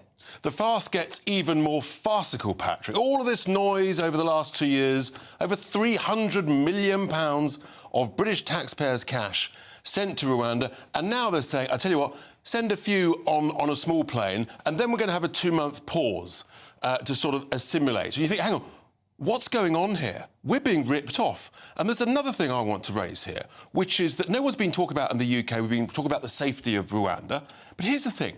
Actually, Rwanda, it turns out, is funding a militia group in the neighbouring Democratic Republic of Congo. The US has been complaining about it, the United Nations has complained about it, France has complained about it. My concern is that our hundreds of millions of pounds is being diverted to fund the militia group in a neighbouring country. I mean, this gets from bad to worse. These are serious, serious issues. No one in this government is looking at it or talking about it. All they're saying, Rishi's, he's got a plan. His plan is not a deterrent at all, is it? They're still coming across on the boats. He's quite right to say Labour's not got a plan. We have a plan. You safely pick up, you take back to France. We're legally entitled to do so. No one else will dare talk about it. Just on that, then, if you think there is a suspicion that British taxpayers' money is going to fund a war, essentially, militia groups, presumably we can't send anyone to Rwanda and sue Ugandans for that. Well, I think that's right, because other countries, France, the US, they're expressing real concerns about this militia group. And, you know, these are serious allegations, but no one in this government seems to have thought fit to address it. The irony here would be is if we've been funding that and we end up having to take refugees from that conflict. I mean, you just couldn't make it up. It's a sort of circular nightmare of farce and fiasco. We did actually call some of the detail early. Actually, last month, the bombshell Rwanda files, right here on GB News, reported the initial accommodation capacity was indeed for just 200, which could increase to 500 within the first couple of months. We also found that the Rwandan government had yet to secure private accommodation to move migrants on, which is still, reportedly, an issue today. Now, I just want to put something to you, which is from very much the other side of this political debate. Speaking to GB News earlier today, the Shadow Home Secretary, Yvette Cooper, said the Rwanda bill will not have Labour's support. Well, we need to strengthen our border security and fix the chaos in the asylum system, because under the Conservatives, we've really seen criminal gangs take hold along the channel, and then this huge soaring backlog with asylum hotel use that is costing the taxpayer billions. So instead of all the gimmicks that we've had from Rishi Sunak and the Conservatives, our plan is to get a grip.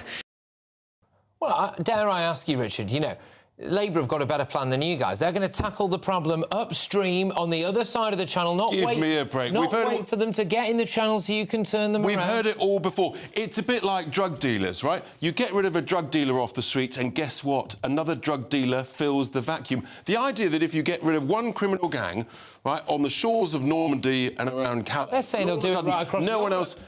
What do you think people have been trying to do for the last few months? This is a massive, massive money game. It only stops when you stop the business model, which is everybody gets returned.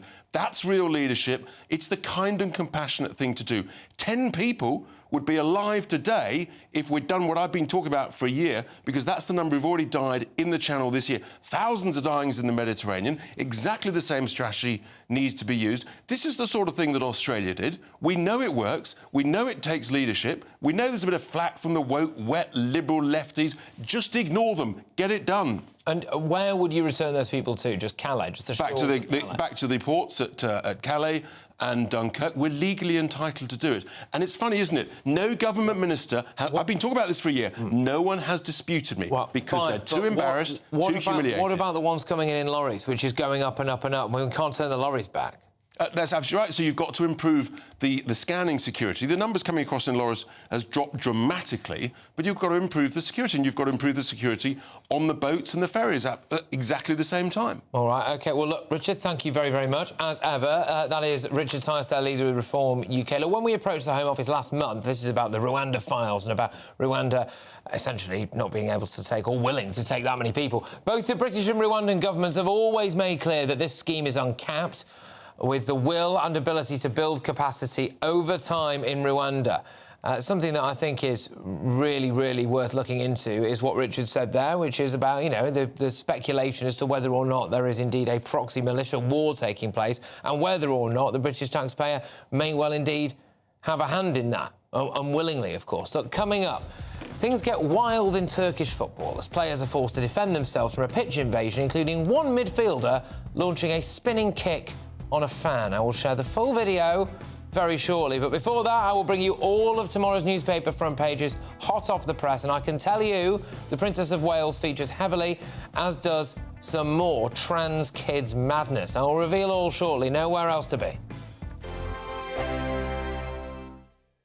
Hello and welcome to the latest GB News forecast from the Met Office.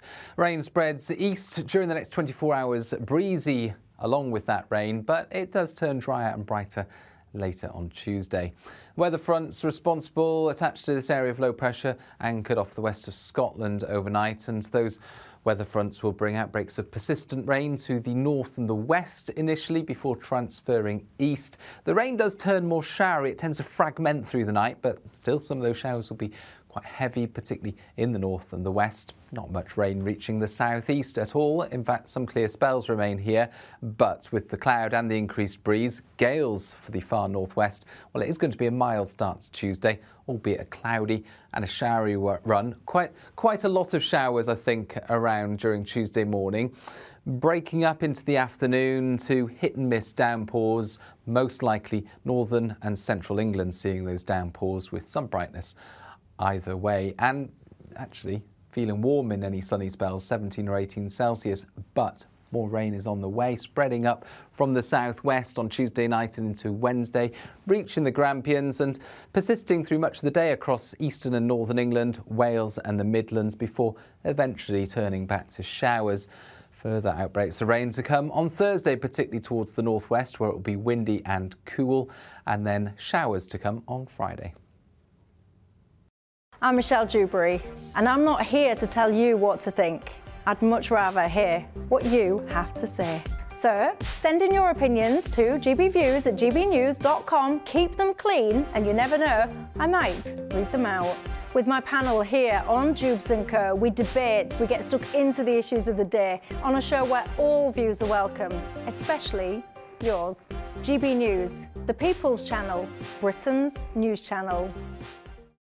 I'm Andrew Doyle. Join me at 7 o'clock every Sunday night for Free Speech Nation, the show where I tackle the week's biggest stories in politics and current affairs with the help of my two comedian panellists and a variety of special guests. Free Speech Nation, Sunday nights from 7 on GB News, the People's Channel, Britain's news channel. Your weekend starts here with Friday Night Live with me, Mark Dolan, 8 till 9 on GB News. Big stories, big guests and big laughs as we get you ready for a cracking weekend. That's Friday Night Live with Mark Dolan, Fridays 8 till 9 on GB News. Bring your own drinks, the admission's free. From 10 a.m. every Saturday, we want to make you think and we want to make you laugh. So we will give you all the top stories. Now we start with a story that has shocked the nation this week. But we're also going to make it light and fun and bring some entertainment in to make your Saturday morning nice and restful. Only on GB News, Britain's news channel.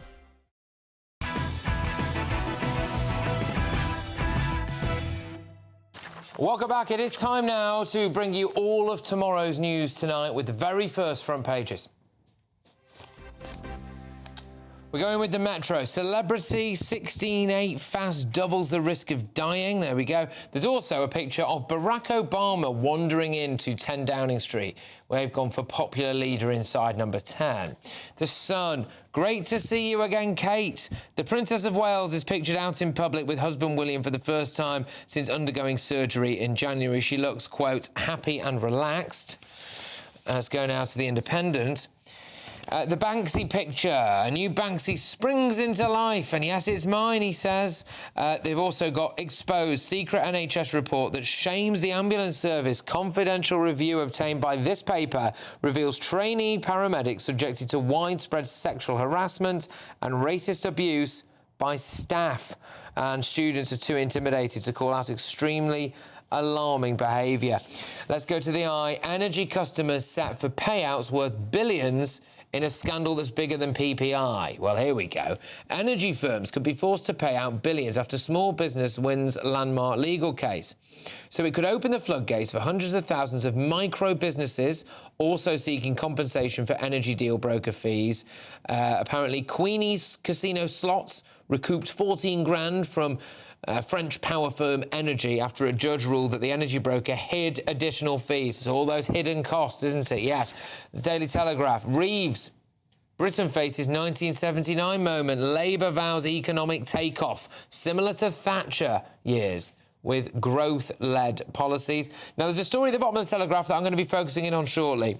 Welsh pupils changing gender in schools. Now, get a load of this. Schools are all allowing children to change gender without telling parents under Welsh Labour. There you go. The details of that are staggering. Daily Express, migrants chosen for first flight to Rwanda in the spring. Yep, there we go. And the Daily Mail, Harry and Meghan are downgraded by the palace. Harry and Meghan were downgraded despite acrimoniously stepping down.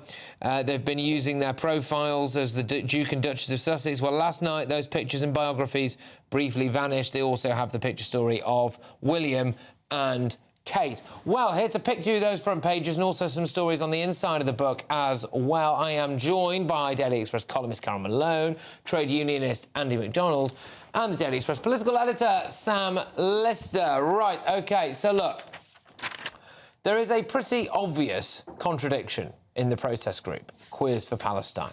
I will hand over to Tory MP Mike Freer, who recently explained why. As a gay man, when I see Queers for Palestine, I say, on what planet? If you want to be a gay man in Gaza, I'll pay your airfare. Let's see how long you last marching for gay rights down in Gaza. Well, a despicable clip has now emerged of a Muslim YouTuber, Imran Ibn Mansour, and this is his theory about why Allah isn't granting Hamas victory in the war against Israel. We're sitting next to a guy who's going to go and penetrate and sodomize another guy tonight. And you're gonna expect Allah to give you victory because you're standing next to a guy who's going to literally insert his genitals into another man's back passage.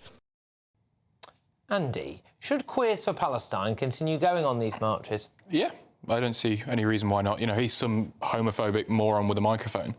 You know, he's got a platform and he's using it for what appears to be just homophobic bile. There's no reason that gay people who want to organise themselves to support Palestine shouldn't continue to do so. I don't see a reason why not. You don't think that might be a relatively commonly held view in, oh, I don't know, Palestine? Well, I don't know. I've never been to Palestine.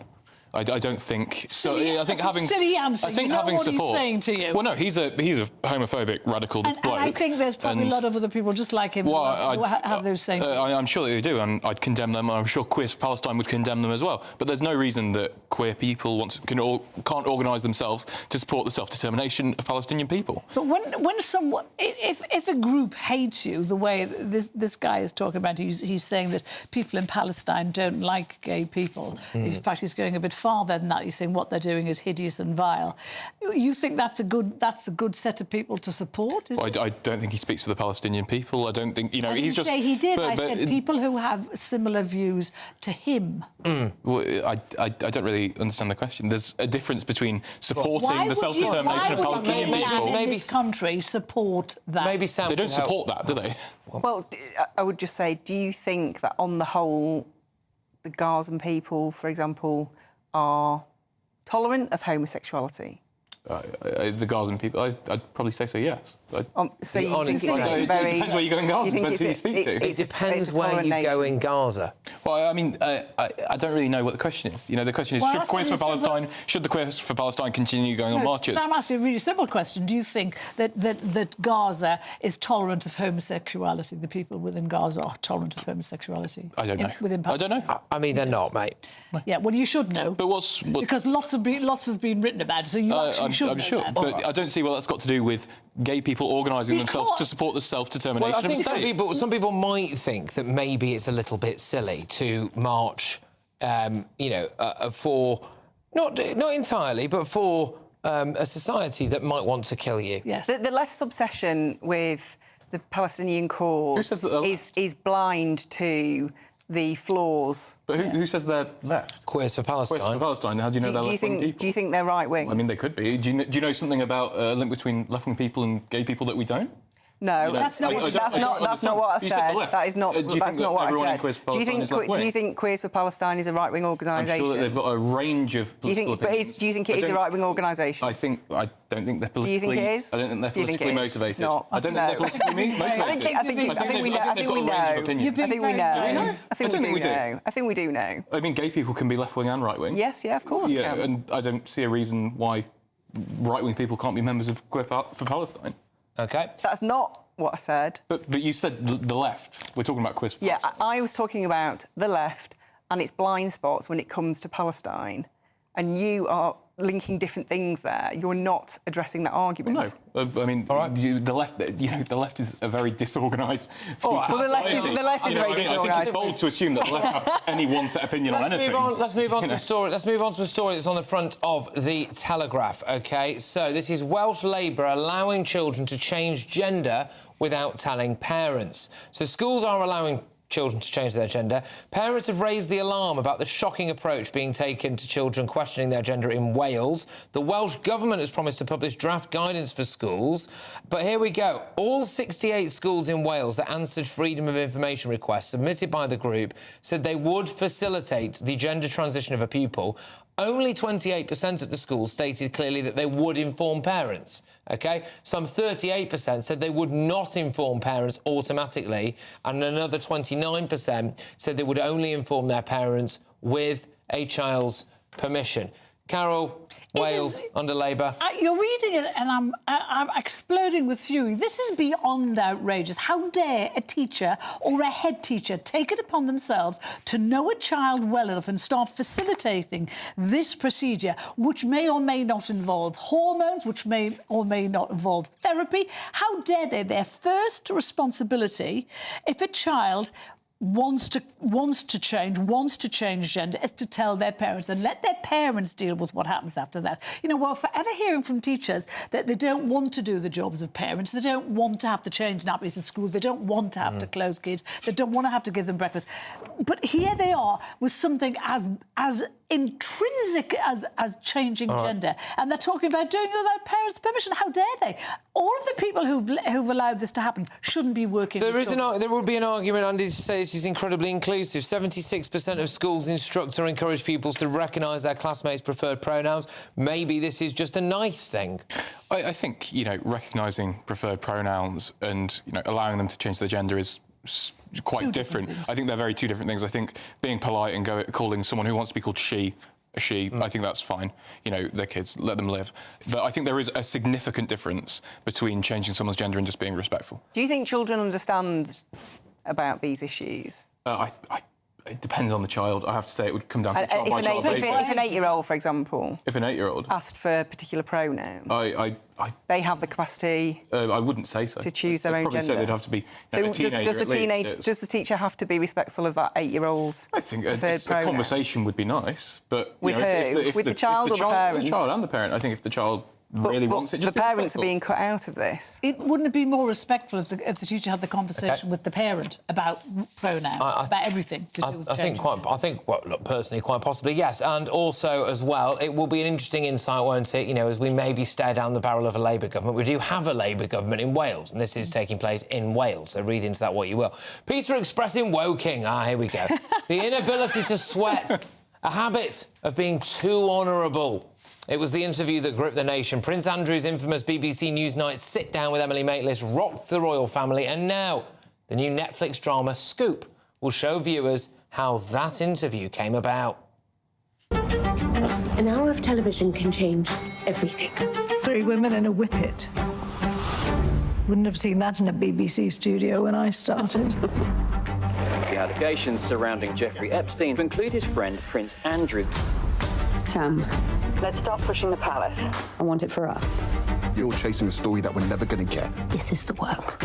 My job is booking the people we can't just call up. Hello, everyone.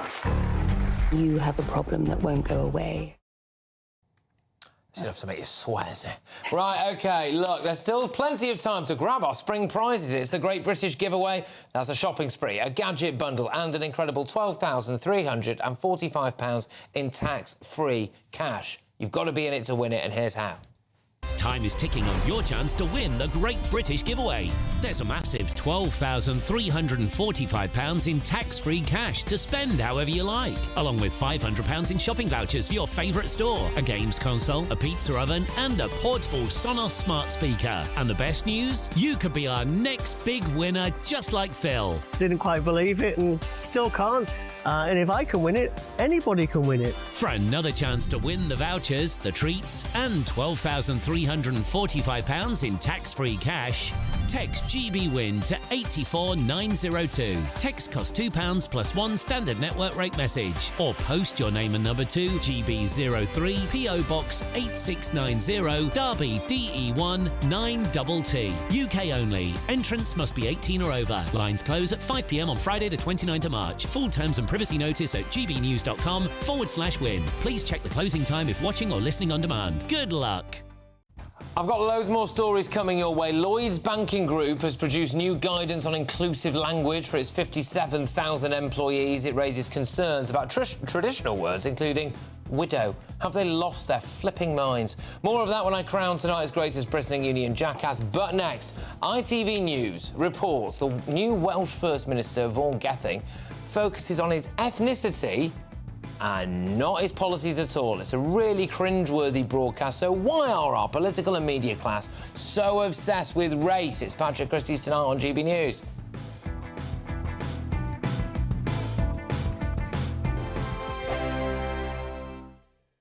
Nana Queer, weekends from 3 p.m. Should we put tobacco-style warnings on ultra-processed foods? Boris Johnson is calling on the government to do this.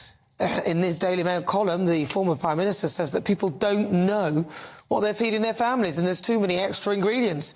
That's why I'm asking, should we put tobacco-style warnings on ultra-processed food? Well, joining me now to discuss, Steve Miller, former presenter of Fat Families, Helena Davidson, campaigner and policy expert at the Vegan Society. Right, so I'm going to start with you. Steve Miller, what do you think? Oh, I'm applauding Boris today. Good on you, mate. And the reason for that is we know that the research on the warnings on cigarettes, I should say, when those warnings were visual, they worked very well. The second reason on a practical level is that we need to stop looking and listening before we start, grazing and putting things in the trolley.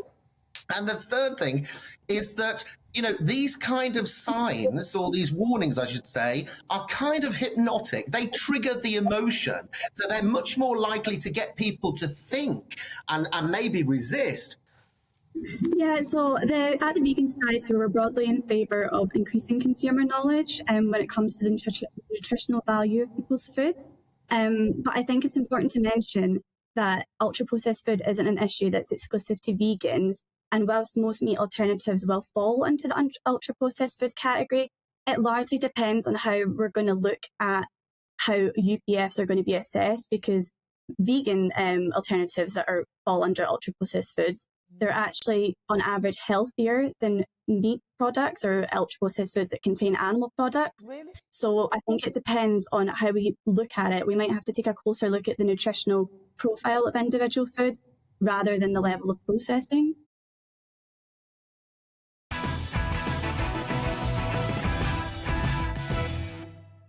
Well, it's Patrick Christys tonight. We're on GB News. I do have a front page for you. I also do have quite an astonishing story to bring you, but let's just do this first.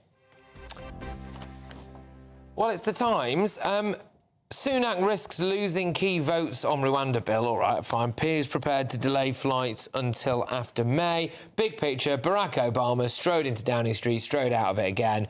There we go. Now, I am joined by my press pack, Daily Express columnist Carol Malone, trade unionist Andy McDonald, political editor at the Daily Express, Sam Lister.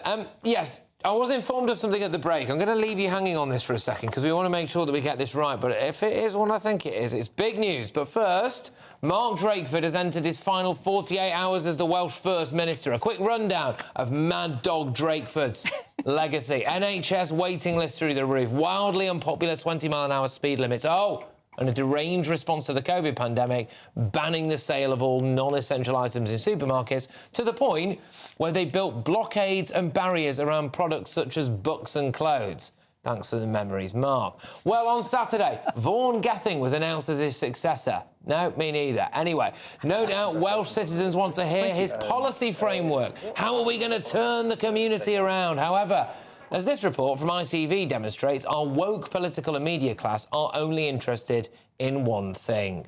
Set to become the only black politician ever to run a European country. Not just because I have the honour of becoming the first black leader in any European country. As of today, the Prime Minister, the London Mayor, the leaders of Scotland, Wales and indeed Northern Ireland all come from groups that have been marginalised and discriminated against in the not-too-distant past.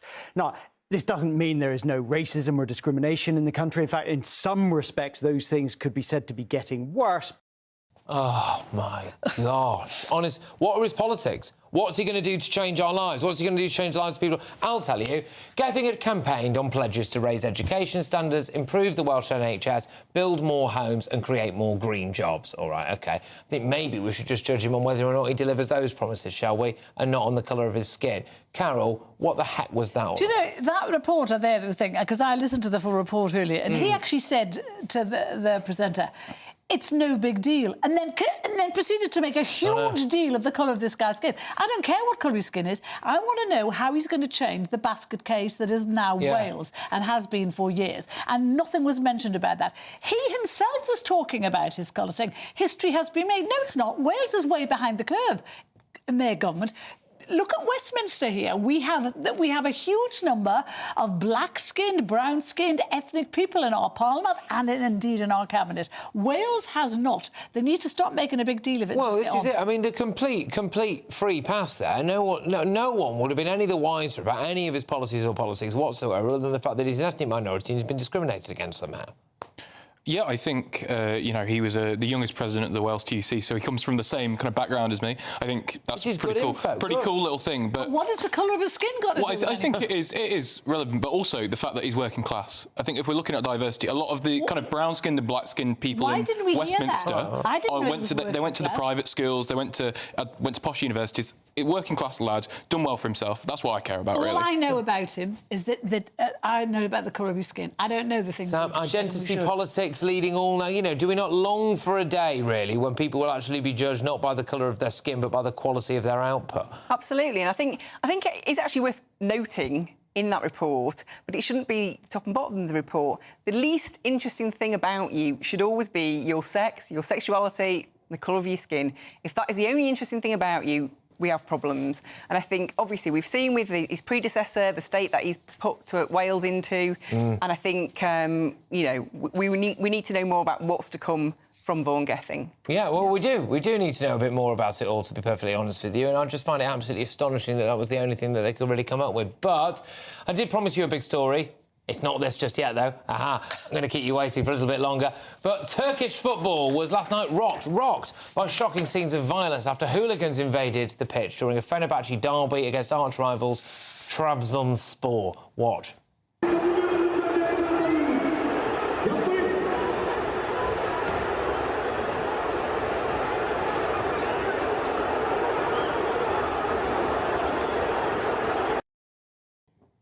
OK, that filled us enough time to now be able to tell you this. Are you ready? British actor Aaron Taylor-Johnson has formally been offered the coveted role as James Bond. That's according to The Sun. We will have a... Oh, there we are. Yes, there we go. All right, we'll have a picture of this guy at some point soon. A source said Bond is Aaron's job should he wish to accept it. The formal offer is on the table and we are waiting to hear back. So this news, literally just coming through to us at the moment, is that a British actor called Aaron Taylor-Johnson... Who is it? ...has formally been offered the coveted role as James Bond. That's according to The Sun. You know who he is. I do know who he is. He's a great lad. He was in Kick-Ass 2 when he was younger. What's Kick-Ass? It seems quite a bit too Me and Carol are oblivious here. His audition film for James Bond was, I think it was called Bullet Train. What's he been in before Kick-Ass? He was in Bullet Train. He was in Bullet Train. He's got this lovely moustache. He's got a very... Great looking lad. Good lad. Right, okay. Still nothing. His wife is considerably older than him.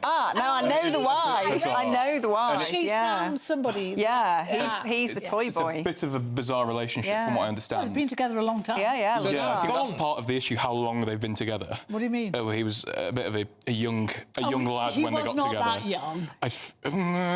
Careful, he was not that young. But anyway. Okay, all right. I mean, I don't know. I'll be honest with you. I don't know anything about his relationship. But let's not focus on that for now. I mean, that would be remiss of us to speculate about any of that. But that's him, apparently. James Bond. There we go. He's not all me. that, is he? I'll never be Bond, unfortunately. Yes, if you look at him in his most recent film, Bullet Train, he's a hunk. He's not all that. He is. No. Is it? What your thoughts, Sam? Well, he doesn't do it for me, Patrick, I have to say.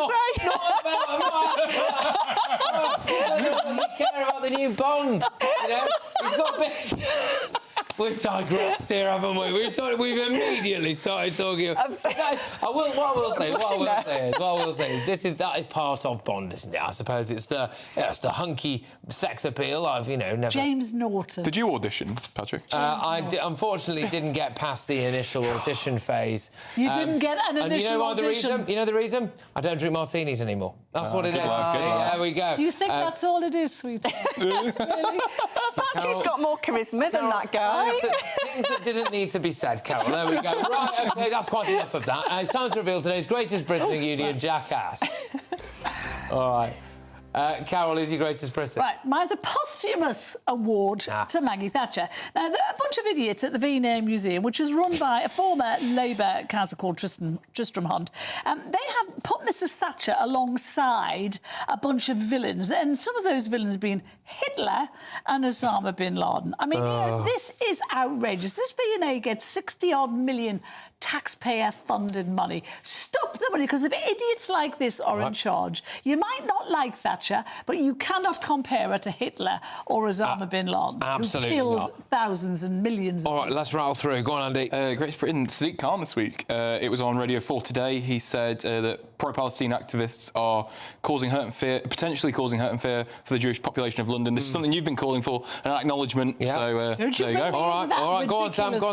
Yeah, Victoria Cole for me, who you had on earlier. Yes. Great woman who stood up to the crybabies in the trans row, was banned from her own art show. Terrible. And she came on and gave a very good account of herself. However, today's greatest Britain is Margaret Thatcher, mainly because I've always wanted to say that. I know. Right, very quickly now, Union Jackass. Carol? Mine is all those idiot Tories who are so far removed from what Brits need and want. And they said that Penny Mordaunt should take over from Rishi Sunak. It's a no from you. If they think that she's the answer to the Tories' problems, what the hell is the question? All right, go on. William Keegan, he's this chippy Guardian columnist who said that Britain doesn't need to reform, just needs to rejoin the EU, somehow thinking that Britain was perfect before we left the EU. Moron. Right, OK. Wow. Lloyds Banking Group, who have decided in their wisdom that the term widow is no longer appropriate, despite owning Scottish widows, because the phrase is apparently unnecessarily vivid. Right, OK, the world's gone absolutely balmy. And today's Union Jackass is William Keegan. He's won, Andy. Finally taken a W there. There we go. Finally. Look, I've really enjoyed tonight's show. Thank you very, very much. We've covered a heck of a lot of ground. I will be back again tomorrow from 9 p.m. Next up, of course, is Headliners. They're going to be whizzing you through in even more detail all of tomorrow's newspapers. And my, there's a heck of a lot for them to go at. So keep it GB News.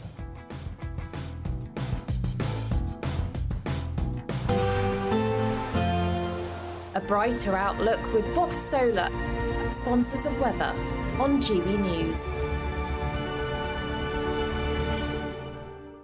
Hello and welcome to the latest GB News forecast from the Met Office. Rain spreads east during the next 24 hours, breezy along with that rain, but it does turn drier and brighter later on Tuesday.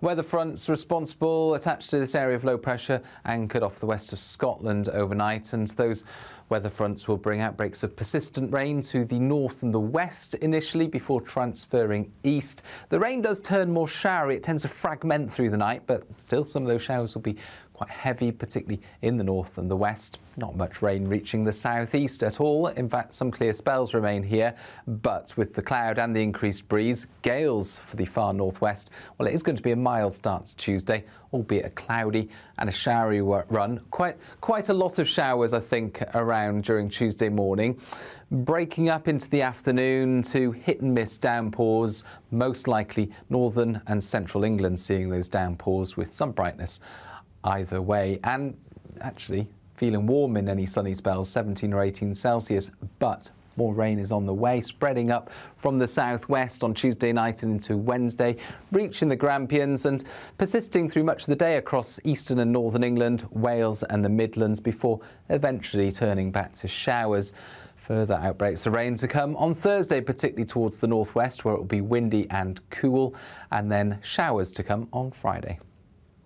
That warm feeling inside from Boxed Boilers, sponsors of weather on GB News.